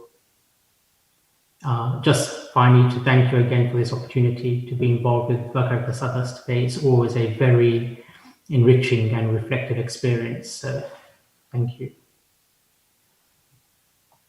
Thank you so much for joining us here today. Yeah. Next, we also have Ranoshan Edmund joining us from Canada. Please go ahead and introduce yourself for all of us. Nithyanandam. My name is Ranoshan Edmund and I'm from Toronto, Canada. I've known Swamiji since around 2013. And actually, just one quick little thing about this is, it's actually Ashutosh mentioned the one thing about this experiencing reality. And really, this is really one of the biggest clicks that I had since living with Swamiji, basically. Having Swamiji in my life is really, you touched it might be a little bit weird way to phrase it, but the reality of reality. And really, maybe I had, like before getting to know Swamiji, I might have had some idea of Hinduism and all these things. But after getting to know Swamiji and really listening to Swamiji's satsangs, cherishing the powerful cognitions, you really start to see what the reality is. The whole social stigma about basically the whole Hinduism, the whole narrative that's been made about Hinduism actually drops itself and you start to see Hinduism as it is, the reality of Hinduism and the reality of reality itself. And then after this, actually life becomes a totally different kind of juice.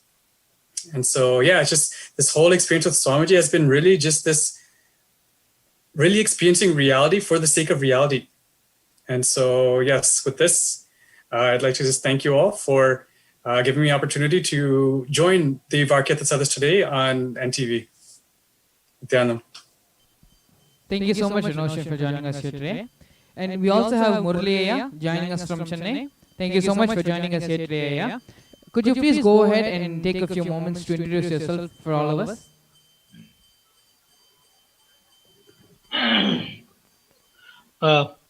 Thank you, Maharaj. This is Murali from Chennai. I'm a teacher and a trainer by profile. My getting introduced to Swamiji was quite a very interesting affair, I should tell you. I was a very proud intellectual kind of person.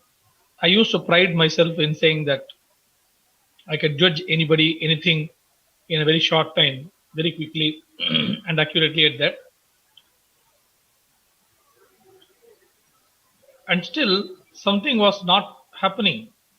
The settling in the career, as the middle class used to normally call, was not happening, and I couldn't understand where things were heading, why things were not settling. In spite of being so great, myself being so great, my logic being so good, and all that.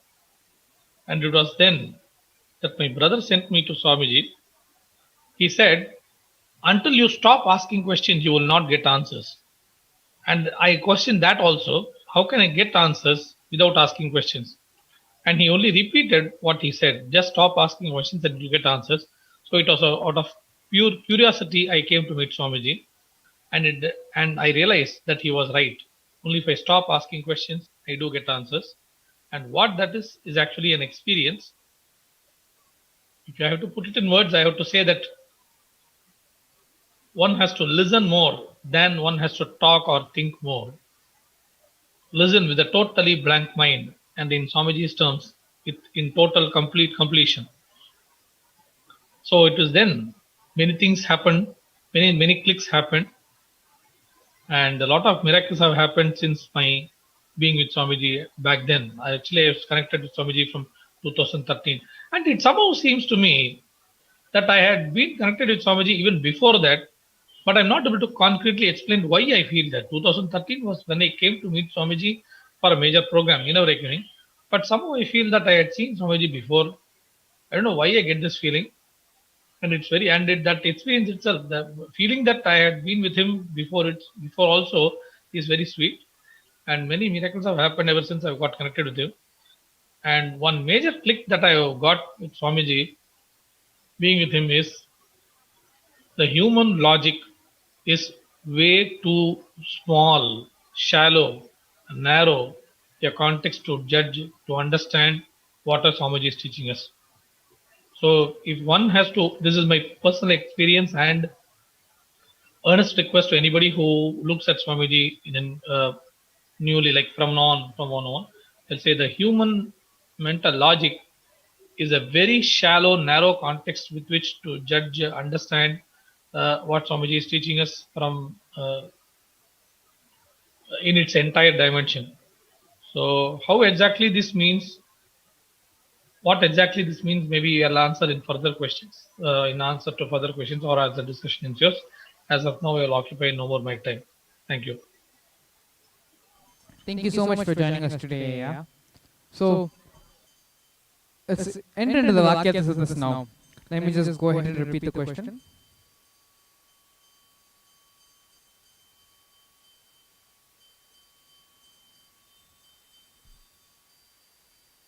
Social legitimacy of Hinduism.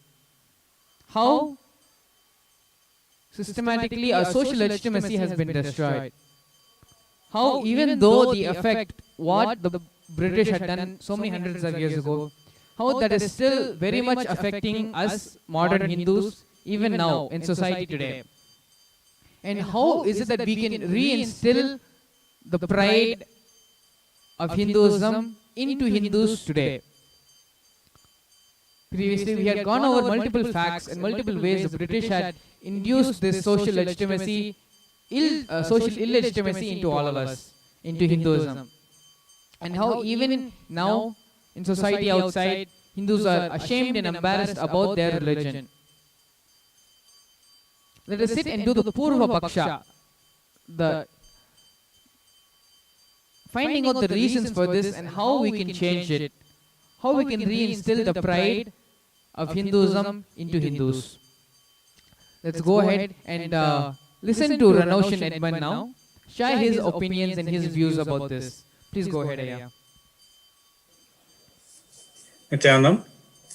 And so, yes, it's this thing of, see, the social legitimacy of not just the Sannyas Sampradaya, but the whole Hinduism is at a certain space.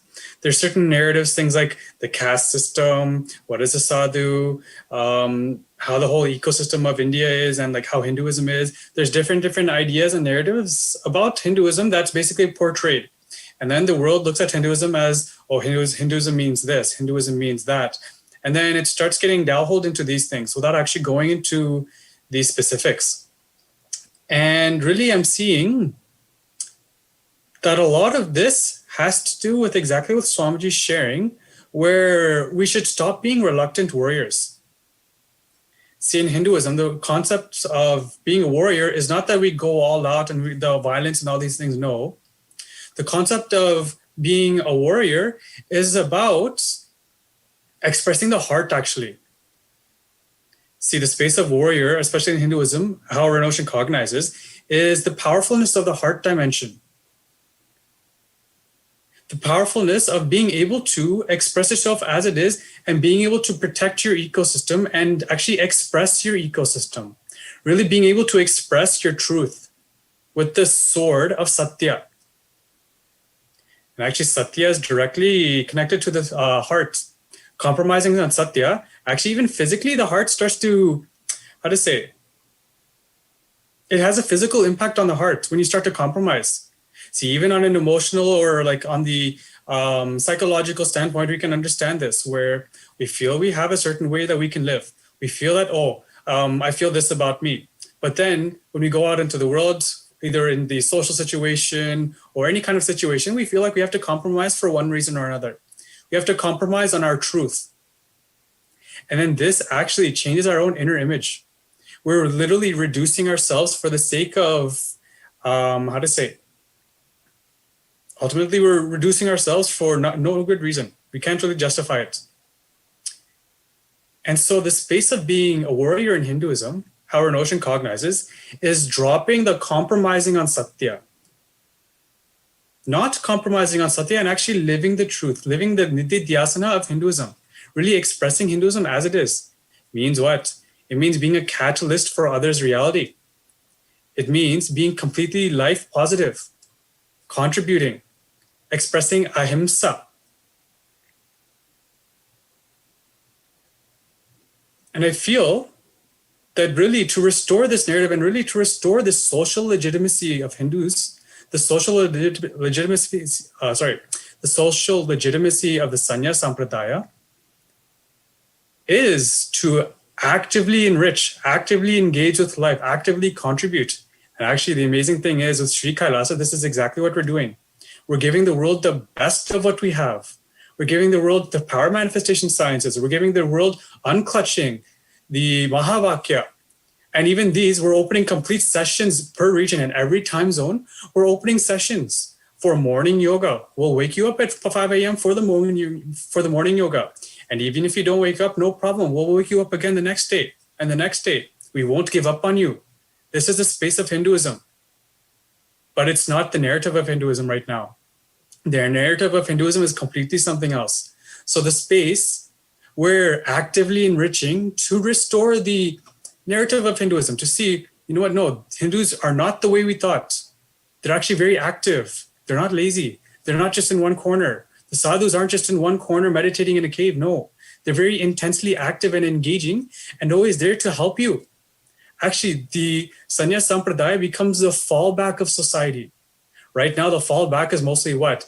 Moving on to junk foods or entertainment or movies, these kinds of things. Whenever we go into a low mood, we fall onto these things as a comfort. But in Hinduism, our fallback is always going to the space where the enlightenment is happening. Whenever we experience some low in our life, immediately we go to Guru. We go to a sadhu in our village or community and ask them for the truth. Ask them, hey, this is the situation that's happening and I need something. I don't know what, but you know me better than I know me, this space. This was the fallback of Hinduism, or I guess I can say the Hindu ecosystem. The whole narrative of Hinduism was about being life positive and reestablishing yourself back in the space of enlightenment, back in the space of powerfulness, back in the space of Satya. And so really the main thing that we need to do here is continuing to contribute to Sri Kailasa. Sri Kailasa as an ecosystem is literally reviving the Hindu narrative, bringing back the social legitimacy in every angle, contributing left and right, giving life positive solutions. Everything that we're doing is actually, especially in this COVID time, especially during this lockdown time, as we're seeing in the world around us, things are going a certain way. I won't comment about this, but things are going a certain way. But the world now more than ever needs a life positive solution. It needs a new kind of fallback because you can't keep going back on the fallback that we had. The fallback that we had is a lot of the reason why we're in the situation that we're in now. So really, just to wrap this point up, is I feel the best way to really restore the social legitimacy of Hinduism, the social legitimacy of the Sanya Sampradaya, is to continue to actively contribute to Sri Kailasa and to really stop being a reluctant warrior, to stand for Hinduism, be bold, be unabashedly Hindu, be proud about being Hindu. We're an age-old science. We're a higher science. We've been here for yugas. There's nothing to be ashamed about. There's nothing to be embarrassed about. This whole pralaya, we've been through pralaya after pralaya. We know the science of pralaya. We know how to go in, go through it smoothly and come back out. It's a science. So just this thing of stop being a reluctant warrior. Life as it is. So the whole thing comes down to when life sees you as it is, that's how life will actually enjoy you. See, maybe phrasing is a little bit weird, but basically this whole space where when we really start to express ourselves as we are, the social legitimacy automatically comes to a certain balance. Only when we start being reluctant, hesitant, and all these things, then we can basically, different parties can start putting different narratives because we're not speaking, because we're not saying anything, because we're not expressing. But the moment we start talking, the moment we start expressing, the moment we stop compromising and stop being hesitant, then naturally life sees that as it is. Life starts to really see Hinduism as it is. The social legitimacy aspect really comes back when we start to speak, when we start to be active. This is really what it comes down to. And so, yes. Thank you so much, Ranushan. So he brought up a very beautiful point. Swamiji the other day in Satsang had told that basically we just need to shed our reluctantness and be real warriors for Hinduism. Swamiji is already doing the job of bringing social legitimacy to Hinduism. And one of the best ways of helping and us on our part contributing towards that is to support and contribute towards the Kailasa nation. If you take all fields, be it medically, technologically, politically, economically, we are always there in the top in all the fields. And this itself speaks for how this itself is self-explanatory. It speaks on how capable we all are. And regardless of being robbed of our spiritual strength and emotional strength and being robbed of so many things which belong to us, we still stand tall and we still are the best in today's society. Just giving this cognition shift into everyone and telling Hindus that after being robbed of so many things, we are still one of the best people of modern day. Bringing that understanding into them and telling them that without all of this, if you are so big, then when you have all of this, how great will you actually be? It is this fundamental cognition shift which all of them need to have. And Swamiji is doing that cognition shift through the Kailasa nation, through the Nitya Satsangs every day. And from our part, contributing towards the Kailasa nation and helping Swamiji in his mission is one of the best ways to bring back social legitimacy towards Hinduism. Thank you so much, Ranushan, for sharing. Next, let's move on to Sri Nithyananda. Please go ahead, Aya. Nithyananda Maharaj, thank you. Yes, thank you, Ranushan, for all that. So yeah, just looking at the social illegitimacy, how Hinduism became socially illegitimate and what to do about it. One of the things is, you know, even if I mean, there's a long history, of course, if we go back to Bhagavad Gita and what Sri Krishna was dealing with, so much negativity and needing to remove the ability for the negativity through physical violence to destroy the planet. So this kind of self-destruction through the destructive unconscious habits of humanity is not new. So it's something that happens again and again. But in more recent history, yeah, how has it become socially illegitimate to become a Hindu? By the estimates written in the Farishtas and the histories of Mughal invaders, such as Aurangzeb and others, Bakhtiyar Khilji and Alauddin Khilji, they will document as many as 100,000 Hindus being killed on a certain afternoon, or converted, or taken as prisoners. It's sort of bragged about in their own documents. So, by their own estimates, the population of Hindus was reduced by 400 million in the time frame of 1,000 years. So, and extrapolating that to the current day, 500 million Hindus have been persecuted, raped, and killed in the past 1,000 years. So that will destroy your social legitimacy. You know, when it's not safe to walk down the street, when your temples are destroyed, and I mean, moving to modern day, it's illegal to teach Hinduism in public schools. Like living in Canada, where there's approximately 30 million adults here, to know that there's a country, like for example, if like for a Canadian to know that there's a country, for example, if there's a country where there's 100 billion Muslims living in a single country, sorry, if there's 1 billion Muslims living, people who ascribe to the tradition of Islam, if there was a country where there's 1 billion Muslims living there, to find out that that country is not officially an Islamic country, that's not possible. It wouldn't make any sense. We only have some 35 million people in Canada. To think that there's a country where there's 1 billion Christians or 1 billion Muslims living, and that's not a Christian or Muslim country, that's impossible to believe. But India is a state with more than 1 billion Hindus, and it's not a Hindu country. So it's kind of shockingly impossible to imagine that can happen.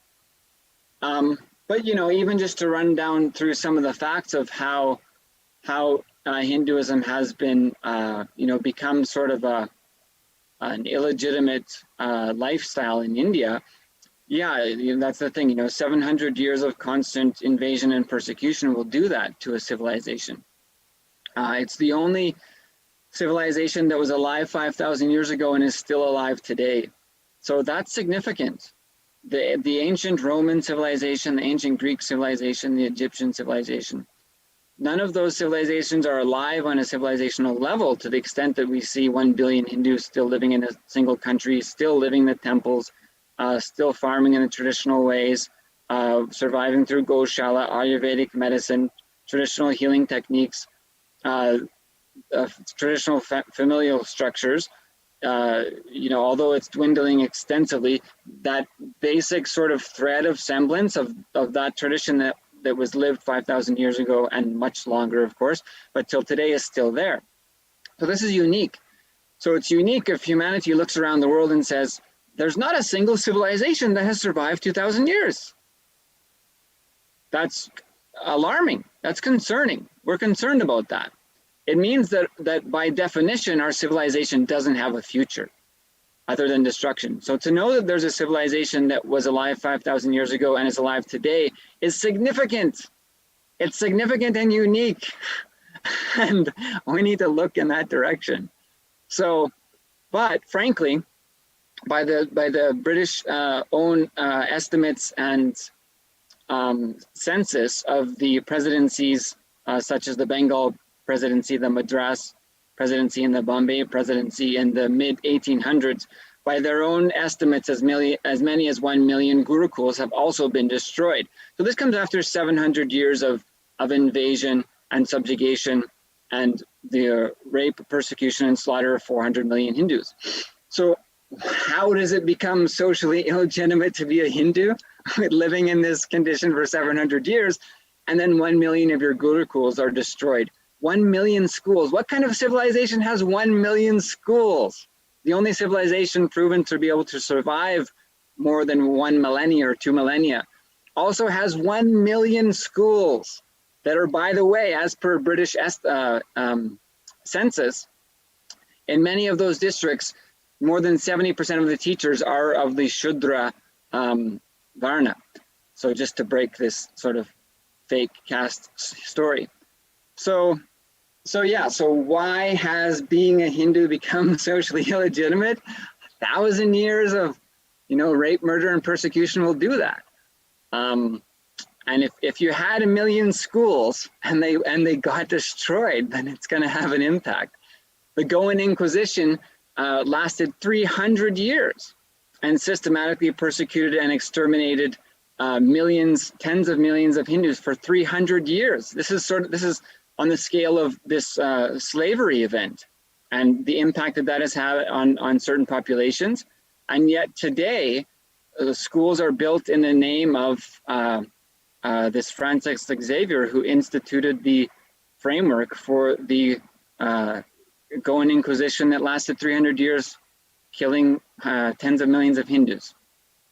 The Criminal Tribes Act of 1871 evolved to list 200 groups of Hindus, including sadhus, sannyasis, rudrakanyas, by name. If you're a sadhu, you're born as a criminal and will be treated as such. This is where the scheduled backward caste system comes from. The scheduled castes comes from the Criminal Tribes Act that listed sadhus and sannyasis as born criminals. So this will make it impossible to live your life. Like living in Canada, this seems impossible because Hindus, Muslims, Christian, Buddhist, Jain, Sikhs, people are not routinely killed and persecuted here. People come here, they set up their life, they live and grow pretty much the same as everyone else. So to be looking from the outside of what has happened to Hindus in India is shockingly uncomfortable, to put it mildly, but it's shockingly blatant about what has happened. So to kind of hear that Hindus in India feel that everything's kind of normal and okay is really surprising for a Canadian to look and see that. There's basically no threat to your life and livelihood in religious practice in Canada, whereas it's instituted through constitution and laws such as the anti-superstition laws, the HRNC and Devaswam boards taking over Hindu temples, the current takeover going on through the 51 temples in Uttarakhand, including the Chardham temples. So it's not ending, it's not slowing down. The constitution in India is secular, but it's secular only against Hindus. Subscribe to my channel Muslims, Buddhists, and also press Sikhs, this bell Christians. icon. It's secular, but it's secular only against Hindus. So it's a shocking situation to see, and there's no mystery. There's no mystery. Any other civilization that was faced with even a fraction of this kind of onslaught doesn't exist anymore. Doesn't exist anymore. The fact that somehow the temples have and the Hindu civilization has managed some thread of existence today is an absolute miracle. And that given that we know it's the only civilization that was living more than 5,000 years ago and is alive today, there's something special there that we all need to know about. So I'll just kind of leave it at that. But yeah, but obviously what we need to do as a solution is Hindus need to take up big responsibility. When it's not safe to dress a certain way and go out in public for fear of death or being attacked, or to participate in a procession such as Ganesha Visarjan and be attacked through stone pelting. You cannot heal people traditionally because of the anti-superstition bills. You cannot participate in traditional healing techniques such as lemon piercing or fire walking when you can't live a Hindu lifestyle. When you're not allowed to be Hindu, when it's illegal to be Hindu, then you need to stand up strong with an enriching context to build the ecosystem that's safe for your children. How are our children going to grow up when you're killed in the street for wearing a dhoti, meaning that you're identified as Hindu or doing Hindu practice in a place where people don't accept it? That just doesn't happen in Canada. It just doesn't, folks. If you don't know, Hindus don't get killed in Canada like that. No one gets killed like in Canada like this, the way that Hindus are attacked and destroyed. So Hindus need to take up a big responsibility, like Rainoshan was saying. Hindus need to take up a responsibility to set up an ecosystem where it's safe to be Hindu, where it's not literally illegal to be Hindu. Women are forced into Sabarimala temple by law. Your temple is being destroyed by law. And it's not the only one. There's government boards are set up and being set up, for example, in Uttarakhand, as I mentioned. But so yeah, Hindus need to take up the responsibility to recognize that if you don't build a safe place for your children and their children to grow, they're going to have to go into the streets. And unfortunately, they're killed in the streets. And it's not new. So it's shocking from a Canadian perspective to see this, and it's very clear what needs to happen. But somehow from being on the inside, it doesn't, Hindus don't realize it as much. So, anyway, thank you. Thank you so much, Sri Nithyananda.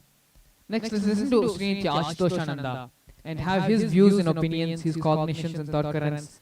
Please go ahead. Yes, thank you, Nithyanandam. One of the main cognition from here is Swamiji shared in a satsang in Varanasi in 2015 that Hinduism is Sanatana Hindu Dharma is a society which is created based on knowledge. It's a knowledge-based society. And this society thrives in when the age of knowledge arises. So one of the things which Ashtosha was very shocked when he went to India and was there and started to see things is that somehow Hindus feel lesser than. In front of a foreigner, a Hindu will feel inferior for some reason. And mainly this thought current of like stupidity, like one thing which Ashtosha started to realize is that somehow, like Srinyatma mentioned, throughout this persecution, which lasted hundreds of years, Hindus were, the thought current that Hindus were retarded, were stupid, and should no longer exist. This thought current got into the to the inner space of Hindus, and they started to associate themselves to that. So when they see the white British people or foreigners, they're like, "Oh, okay, these are the kings. You know, these are the ones," and they feel inferior, and that's a big problem. So naturally, there's no way you can stand for what you're doing if you feel inferior. So one of the main thing from here is that, again, Srinyatma also mentioned it briefly, but it's about like taking responsibility for enriching, giving the right knowledge. See, the Hindus are being ridiculed and brought down, mainly because, I mean, in one way, I cannot say mainly, but in one way because Hindus operate from a multidimensional understanding. They understand the purpose of life, they understand the multidimensionness of life, and their whole ecosystem, thought currents and ways and behaviors and lifestyle and culture and everything derives from that. But the other civilizations do not have this understanding. They, like Srinyatma is mentioning, they literally have no clue what they're doing on planet Earth. Like they have no clue why they're here. So, so naturally, they develop a logic which is unable to cope up with life. If you don't know why you're here, if you do not understand the science of life, then there's no way you can develop a way of functioning which copes up with life. So the Ashtosha feels that the invaders strongly realized that when they started to engage with the Indian civilization, with the Sanatana Hindu Dharma, and they decided to destroy it. And because of that, this whole social legitimacy has been stripped away from Hindus. But the thing is that Ashtosha feels that the enriching, sharing the knowledge about life will allow the ground to be fertile for Hinduism to grow again. As long as people don't understand what's going on and why they're here, like why they're experiencing what they're experiencing, as long as some level of understanding is not there, the violence will continue and people will not feel like standing up for it. But when that basic fundamental knowledge is shared, then people will realize that actually Hindus have the only thing which they should be proud about. If there's any civilization which should be proud, it should be Hindus, because of the depth of the knowledge that they have about everything, about the human life, about the universe, about everything. So it's again, Srinatma is saying that from a Canadian standpoint, when you see this whole thing, it's like it's very difficult to understand, to digest, like what's going on. In the same way, it's like when you start to realize the depth of the knowledge, that's one of the first thing which Ashtosha realized when he started to discover Hinduism while doing Inner Awakening with Swamiji, is that Hinduism is actually the only tradition which has a mature conversation with life. And when you start to realize that, then you automatically you feel proud. So naturally, the social legitimacy will be there.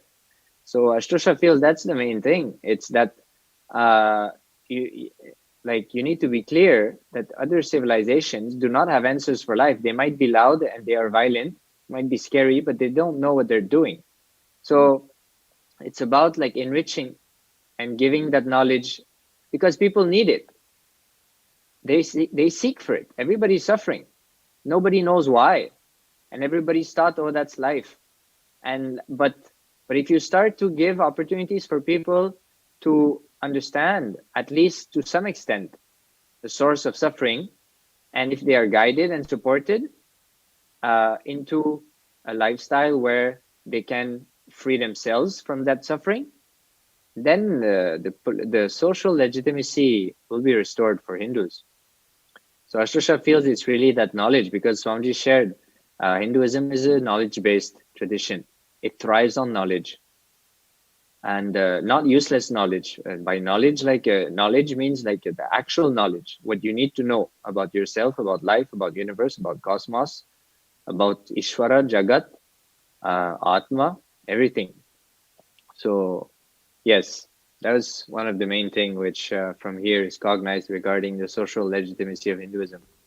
Hindus should do tyaga or unclutch from the pattern of feeling inferior or stupid, or like they should drop that and just claim, like boldly stand for what they are and enrich the world with that maturity and that knowledge.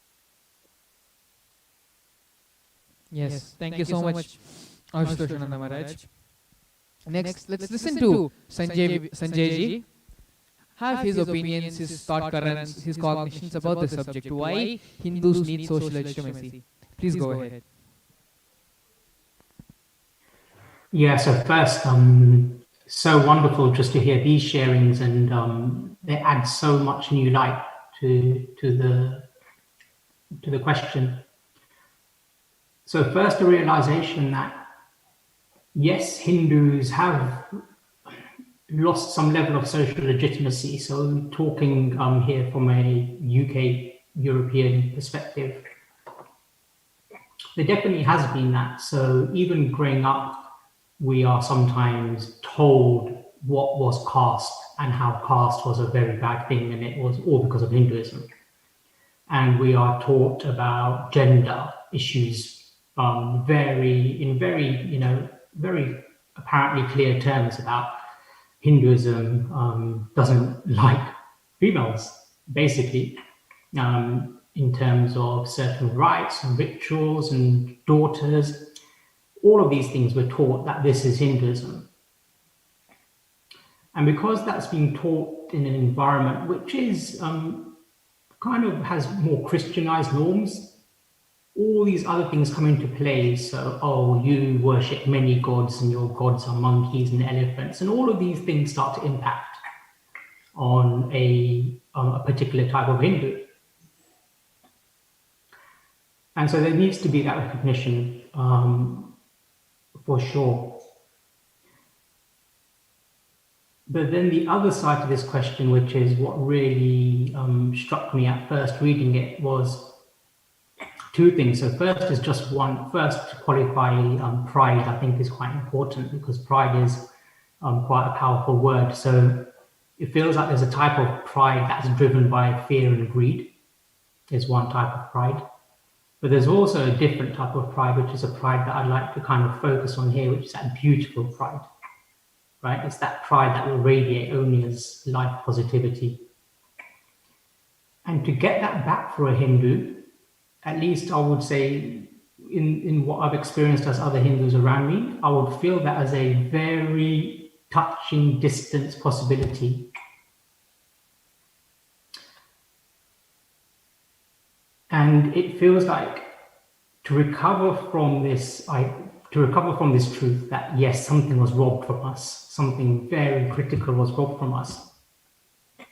The first thing I feel that Hindus need to know straight away is there is now an established source that can give that all back to us and infinitely more. It's all there. In Hinduism, in Swamiji, it's there.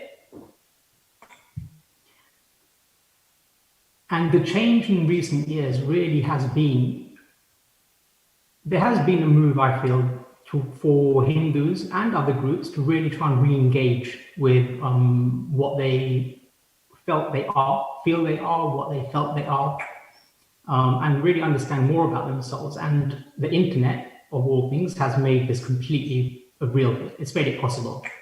Before that, the way it was easy to be told what was caste, what was gender equality all about, those truths were shouted at us as a one-way thing. There wasn't a great path unless you were well enough connected with other Hindus. There wasn't a really path to kind of fight that that dominant discussion about, Hinduism. But now that's no longer the case.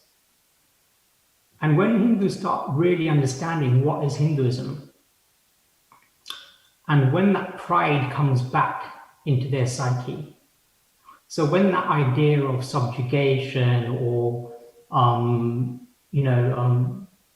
embarrassment,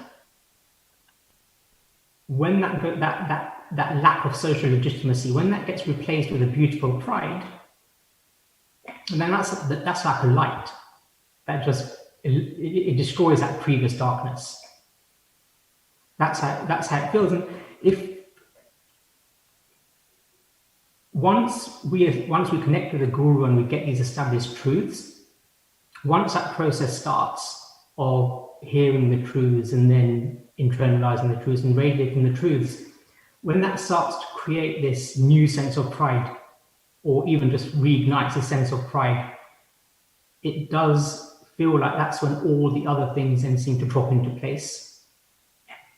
So then it becomes about any idea of social illegitimacy almost becomes a nonsense because you have a pride. So even if someone says something it doesn't matter as much. An experience here that I can share is, for example, at a younger age, I may be embarrassed about wearing what I called as a child, a chandal on the forehead, because I feel, oh no, what if I get questioned about it, or what if people laugh at me? But actually, now wearing doesn't have that impact. Actually, people may still ask that same question and have the same reaction, but that's my view of that, my taking of that, my pride doesn't create that fear in me anymore. It's something different. So by changing the inner self, the way that I now experience myself as a Hindu is very different.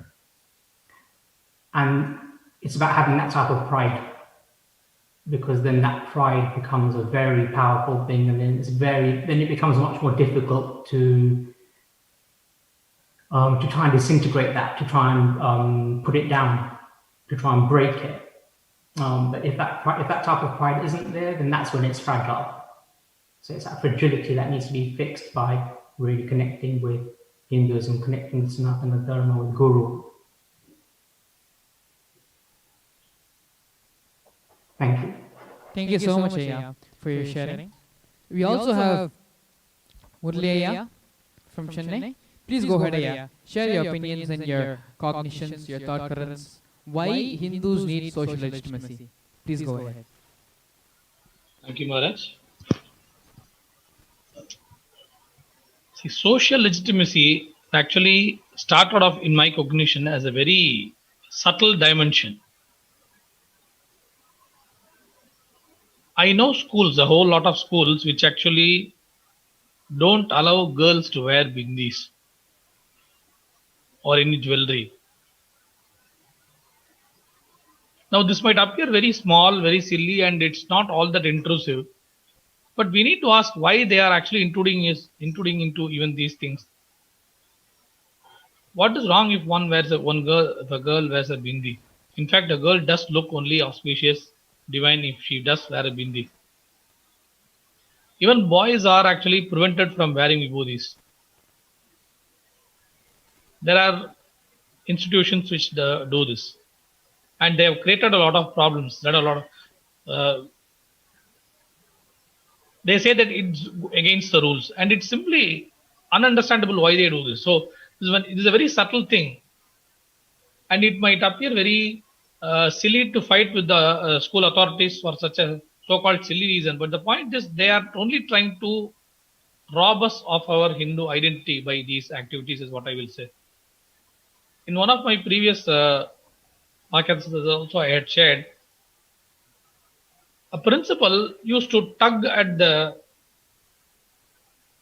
sacred thread owned by a Hindu guy on his wrist and saying, even after wearing this, you tend to argue with the elders, you tend to become late, you tend to do this, do that, and all that. Why do you want to connect that person's wrong behavior with that Hindu identity? I don't understand that. So and that happened to be a so-called Christian minority institution. Now, my question is, will you allow some Christian student being criticized like that by getting tugged at his, wearing the cross on his neck, saying, even after wearing this, you are doing like this? Will you allow a questioning like that? So it's you are indirectly making that student being ashamed of his Hindu identity by these activities.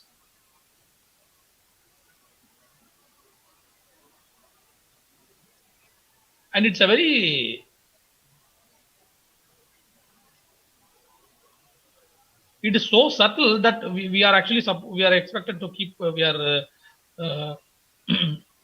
even Hindus will ask the person at the suffering end to not make a big issue out of it. Another dimension in which this Hindu identity in the social sense is getting destroyed, is illegitimized, is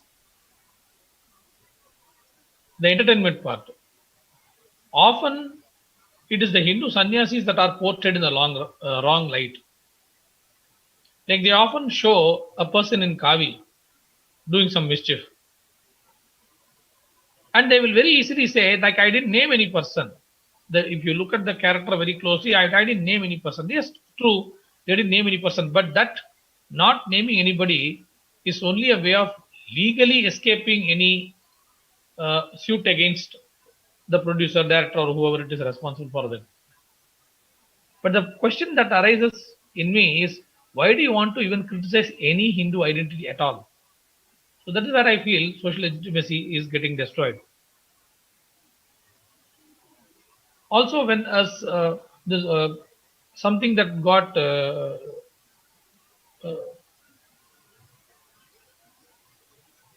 a lot of hue and cry was raised against this Ram Radayatra. Even I actually argued once with a colleague on Facebook. See, that he was also saying the same thing, like it is inducing violence. I said, what is Radayatra? It is just a chariot in which you have a statue of Rama that is going to start from a temple. It is going to take a particular road route, and it is going to either go back to a place where it started from, or it is going to go and settle in another temple. And in wherever it goes, it is going to bless people. If the people are themselves willing, they can actually offer some donation in the form of money or fruits or whatever it is, or some clothes, silk clothes, if they are willing. If not, it is just going to go that way. That's all. It's going to start somewhere, it's going to end somewhere. That's it. That's it. Now, who's inducing violence here? If somebody is getting violent at just this chariot being run on the road, it is the problem of that person. Where is the induction of violence here?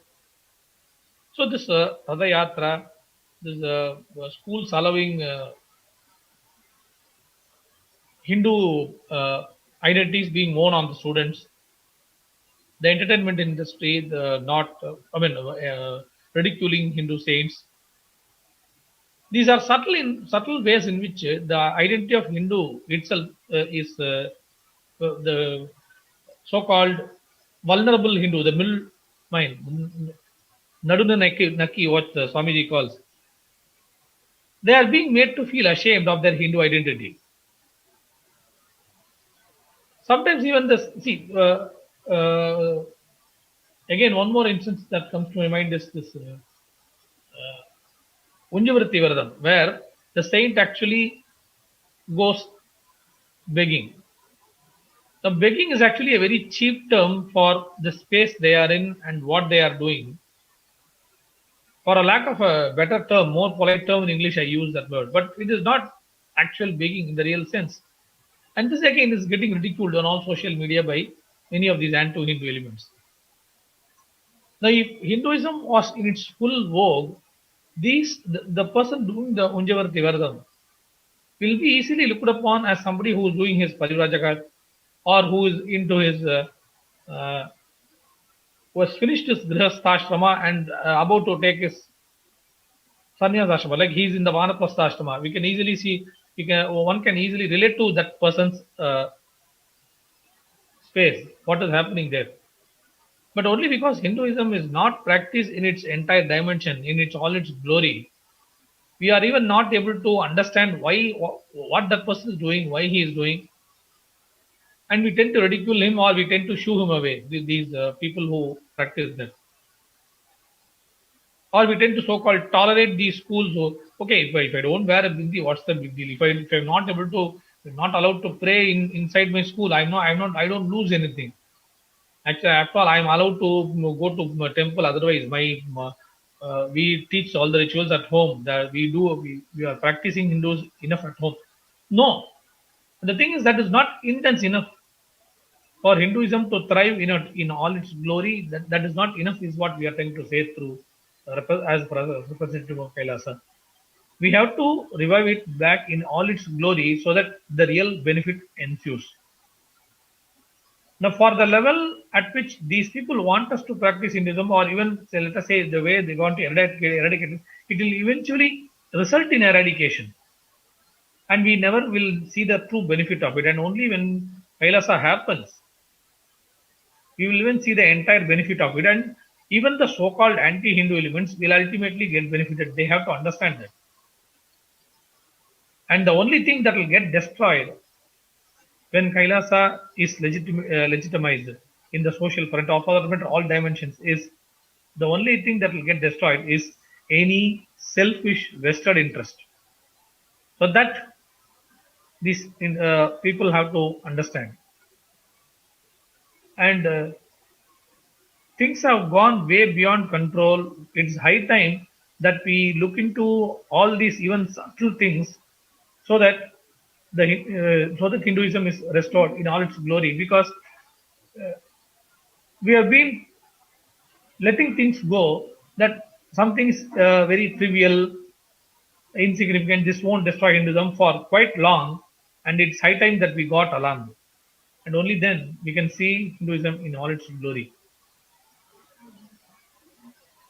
And Swamiji doesn't say if you save Hinduism, you are saving humanity as a way of being a, what to say, fanatic Hindu. Actually, being a practicing Hindu never makes you any fanatic, because Hinduism itself is basically fundamentally all encompassing. We don't isolate anyone, alienate anyone. Somebody once said there's no translation for the word alien in Sanskrit. So that itself shows the words that you use in a language tells you the cognition that the native speakers of that language have towards the world. This is one thing I found as a language trainer, as a profession, my profession.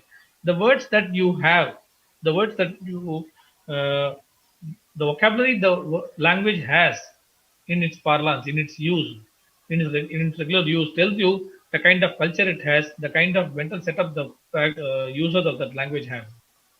So there is no word for the Sanskrit equivalent for the word alien in Sanskrit. So that means we are already all inclusive. That all inclusive, these Abrahamic faiths and other people, anti-Hindu elements, must understand that Hinduism is already all inclusive, and only thing, it needs time to settle down. The more you actually accept it, you are able to look at it like that, the benefit will come to you quickly. And the more you alienate yourself, you want to you look at Bindi or Vibhuti as all these external appearances as something that is destroying your identity itself. That only shows how local your thinking, your how shallow your way of faith is. But still, we are not out there to alienate you, isolate you. You will also get the benefit of this great civilization, but only if you are willing to give it time. The more intensely you resist it, the more late you will get the benefit. You don't even need to accept it, but just sit and watch to understand how it is going to benefit even you. If you are willing to give this time, if you are willing to respect it that much, even at that level, you are sure to see how it is benefiting even you. Even you can pray to the same God as you are praying without losing any of your identity. As long as you don't impose your identity on others, or you feel that somebody is imposing their identity on you, and just wait and watch what Hinduism can do. It can do real wonders for you, even if you are not actually Hindu, is what I want to say. Any other points I will add during the further course of the discussion. Thank you. Thank you so much. Thank you so much, Murli.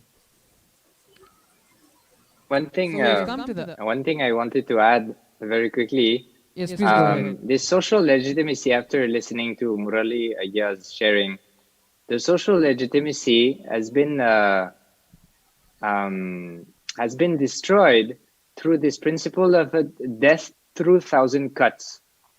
You do small things here and there, they seem completely insignificant, but when there's thousands of them, then the same result is achieved. So that's why, like, standing up for Hinduism for everything and understanding the context of every decision, and standing against decisions which are created from the context of destroying Hinduism, that's important to restore the social legitimacy. Yeah, everything is so subtle. The whole thing, any individual thing is very subtle, insignificant, and doesn't seem to affect much. But when you look at the collective whole, then it is taking Hinduism totally distorted, putting the Hinduism in a totally distorted way, and making nonsense out of it that we cannot allow anymore. Yeah, even just to expand on this thing, there's also, especially in Tamil Nadu, is Tirumular. A very subtle thing that happened with Tirumular. He was basically one of the Nayanmars. But even like in my family and everything, they see Tirumular as, okay, he was an author of many poets, of some books here and there, and very helpful books, these kinds of things. Because one very subtle thing, They just removed the bhasma from his images. The disassociation from Hinduism and its principles. The secularism. It's a very subtle thing, actually. Like, so the social legitimacy of Hinduism was actually one of the subtle powerfulnesses, or I guess the subtle powers of Hinduism. It's social legitimacy. The way you dress, the way you do the bhasma, everything had the how and the why. But as soon as you disassociate Hinduism from its principles, from its actions, from all these subtle things, then the how and why are not retained. See, even look at yoga. Only the how is retained, not the why, because the Shastras are not there. Same thing with the bhasma, same thing with Tilumurar. Even Tilumurar, basically in the whole, like especially the education system, where it's basically taught in schools too. It's a confused history. It's a confused idea about who this guy is. They just know they have some books that's very helpful for life and all these things. And so they memorize the lines and all these things. But it's a confused history. And so the whole thing, as soon as the disassociation from Hinduism and the actual actions of Hinduism, the actual principles of Hinduism, this whole thing is actually, this is actually what, how can I say, delegitimized the social legitimacy of Hinduism. And so what is the solution? Simply revive the social legitimacy by reviving the Shastra Pramana for everything. Nityananda Yoga, yoga with Shastra Pramana. Revealing the agamas as per Paramashiva for everything, for how to dress, for how to apply the bhasma, how to do city planning, how to wash the pots, how to cook, the Bhaga Shastra, everything, all these things, all the Shastras have both the how and the why. It's very carefully detailed. So this is just one strong click that Ranoshan wanted to share, thanks to Murila Aya's hearing about the subtlety of this social delegitimization of Hinduism. Yeah, if you ask me, I've been telling from very young age, even before I knew Swamiji, or very young age, I should say, like I never liked the idea of wearing shoes for school uniform. I thought it was actually a Western kind of mindset. See, there are schools which actually have ties. The students to wear tie and a shoe, and they're saying, come on, don't you look good or don't you feel disciplined or something? See, discipline doesn't come from wearing a tie or a shoe. You can always wear a common kind of sandal. See, the thing came from when I expressed my incompletion with my principal. He was always insistent that we wear shoes even on rainy days. If at all it is very rainy, the water clogging is happening in your area, then what you do, you carry the shoes to school, wear a slipper to school, carry it to school and wear the shoes during the school hours is what he will insist on. And he thinks he is very disciplined in maintaining discipline and all that. My problem is why wear shoes at all? Like, can't you see it's a rainy season? Why should, or he said if you have any injury on your foot, then you have to carry a letter written by your parent saying that your foot is injured, so you would like to wear slippers till then. He was insistent on all these rules. But I used to think, why do we need to wear shoes at all? Where is the need for any shoes? Won't you be able to educate yourself? Won't your minds open if you wear slippers? Won't you wear? That's what I used to feel. Now then everybody will have a different kind of slippers. Again, okay, fine. You have a bulk order made, then let everybody wear the same kind of sandals. So that's not a big deal. The school uniform is something that is totally at the discretion of the school. It's not written anywhere as a, like what we say in Tamil, Veda Vakanda. It is written in Vedas that you have to wear only shoes for schools. No, nothing like that. So this is one more thing, the Western thing that is being imposed on us. And within India also, I will say that in corporate, let dhoti be a formal wear. Why should we wear tie, blazer and all that? Maybe in an international setting, we can use that. But within India, let us have dhoti as a formal wear. Pajama jibba as formal wear is what I will say. So these are little things where our Hindu ideas are being subtle areas where I think Hindu values are erased. And see, it has the idea of wearing tie, blazer, shoes, all these things have become so common in our way of life today that even when I say these things, I'm sure many of them out there, our viewers are even laughing at me. So I want to make this point. Thank you. Yes, thank all of you actually for all the beautiful points you shared. There's just one thing which had been going on in my head while all of you were sharing. There's something which Ashutosh Anand had pointed out, where the small things which Muraliya was mentioning, like not allowing the bindi in the school and the uniform, the tie and the shoes. Ashutosh beautifully said it's like a death with 1,000 cuts. And another thing which we always speak about religious persecution and religious illegitimacy. And on a very broad aspect, if you see that it's wearing bindi and wearing shoes and ties, these are all not laws made by a country saying that, let's take for India example. India calls itself a secular country, and they say they do not ban. They specifically do not ban saying you cannot wear bindi, you should only wear ties and shoes and all that. But it is because of a social illegitimacy where it gets banned in the schools and it gets banned in certain public gatherings. You do not see anywhere where the Muslims are banned from wearing the turban on their head. Or you do not see anywhere Christians are banned from wearing the cross around their neck. So it is in these places where social legitimacy is very important, where even though by the state or by the government the freedom is given, it is in the public gatherings, in localities, in communities where these bans have starting to become implemented. Even on the whole, if by government or by religion, by politics, if legitimacy is not given, even if there is social legitimacy, Hindus will at least have a pride about themselves. But it is because of the social illegitimacy only the pride of Hinduism is lost. And because we ourselves do not have the pride about our religion, we are unable to even speak up and stand up for ourselves. As Ranoshan had beautifully shared, there are only two things we need to do for this. Just go out and outrightly live abashedly and as a Hindu. Seeing us as examples, people should get inspired and people should also start following the same way, the same practice. Becoming the real warriors Hinduism needs us to be in this era. Is what is the real duty, it is what is the real way of showing our gratitude for all the benefit and all the enrichment that has happened in our life because of Hinduism. So this would like to thank all the panelists who have joined and come here today for the Vakyat Sadas. Thank all of you so much for coming and speaking or presenting your views and your opinions.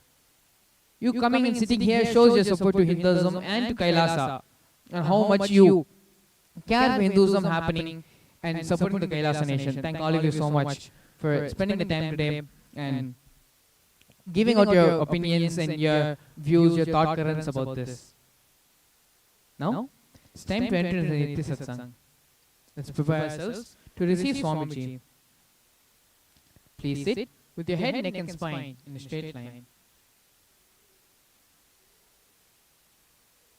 Close your eyes and bring your awareness into your Ananda Gandha.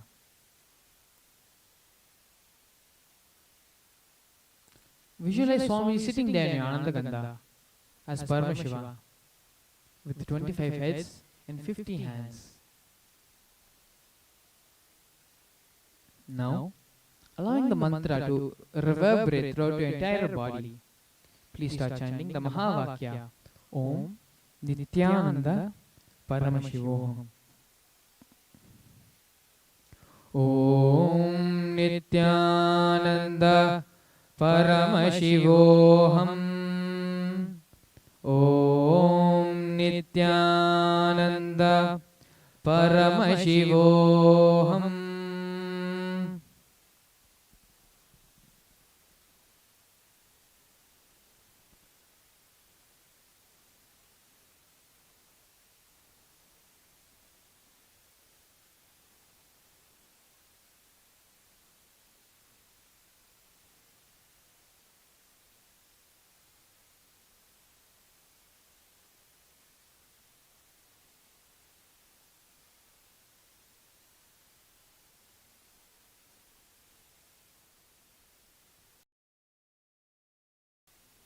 No, I am not audible.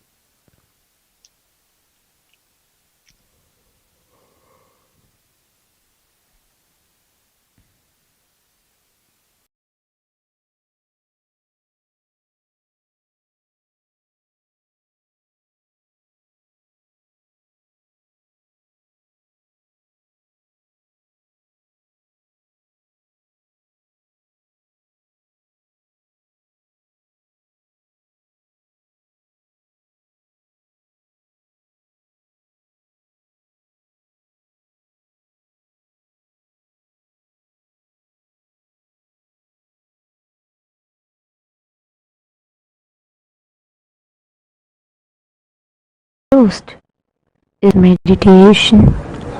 Connecting with the divine with your eyes open is darshan. Come, let us all now move from meditation to darshan. Slowly, very slowly, please open your eyes. சுண்ணாம்பு போல சுருச்ச மோகத்துக்கு எங்க சூரிய நர்வமசம் எங்கெங்கே வச்சிச்சோ வெத்தல போல விரிச்ச மோகத்துக்கு எங்க சந்திர நர்வமசம் எங்கெங்கே வச்சிச்சோ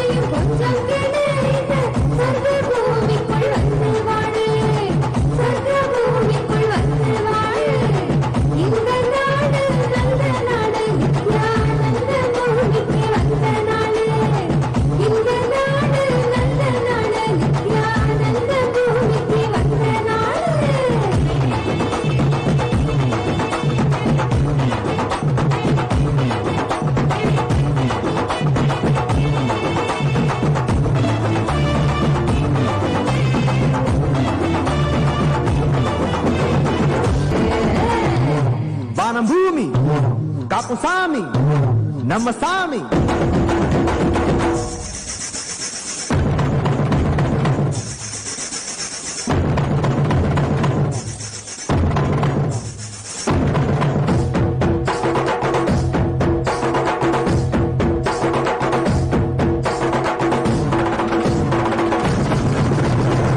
முத்துரவரத்தினமே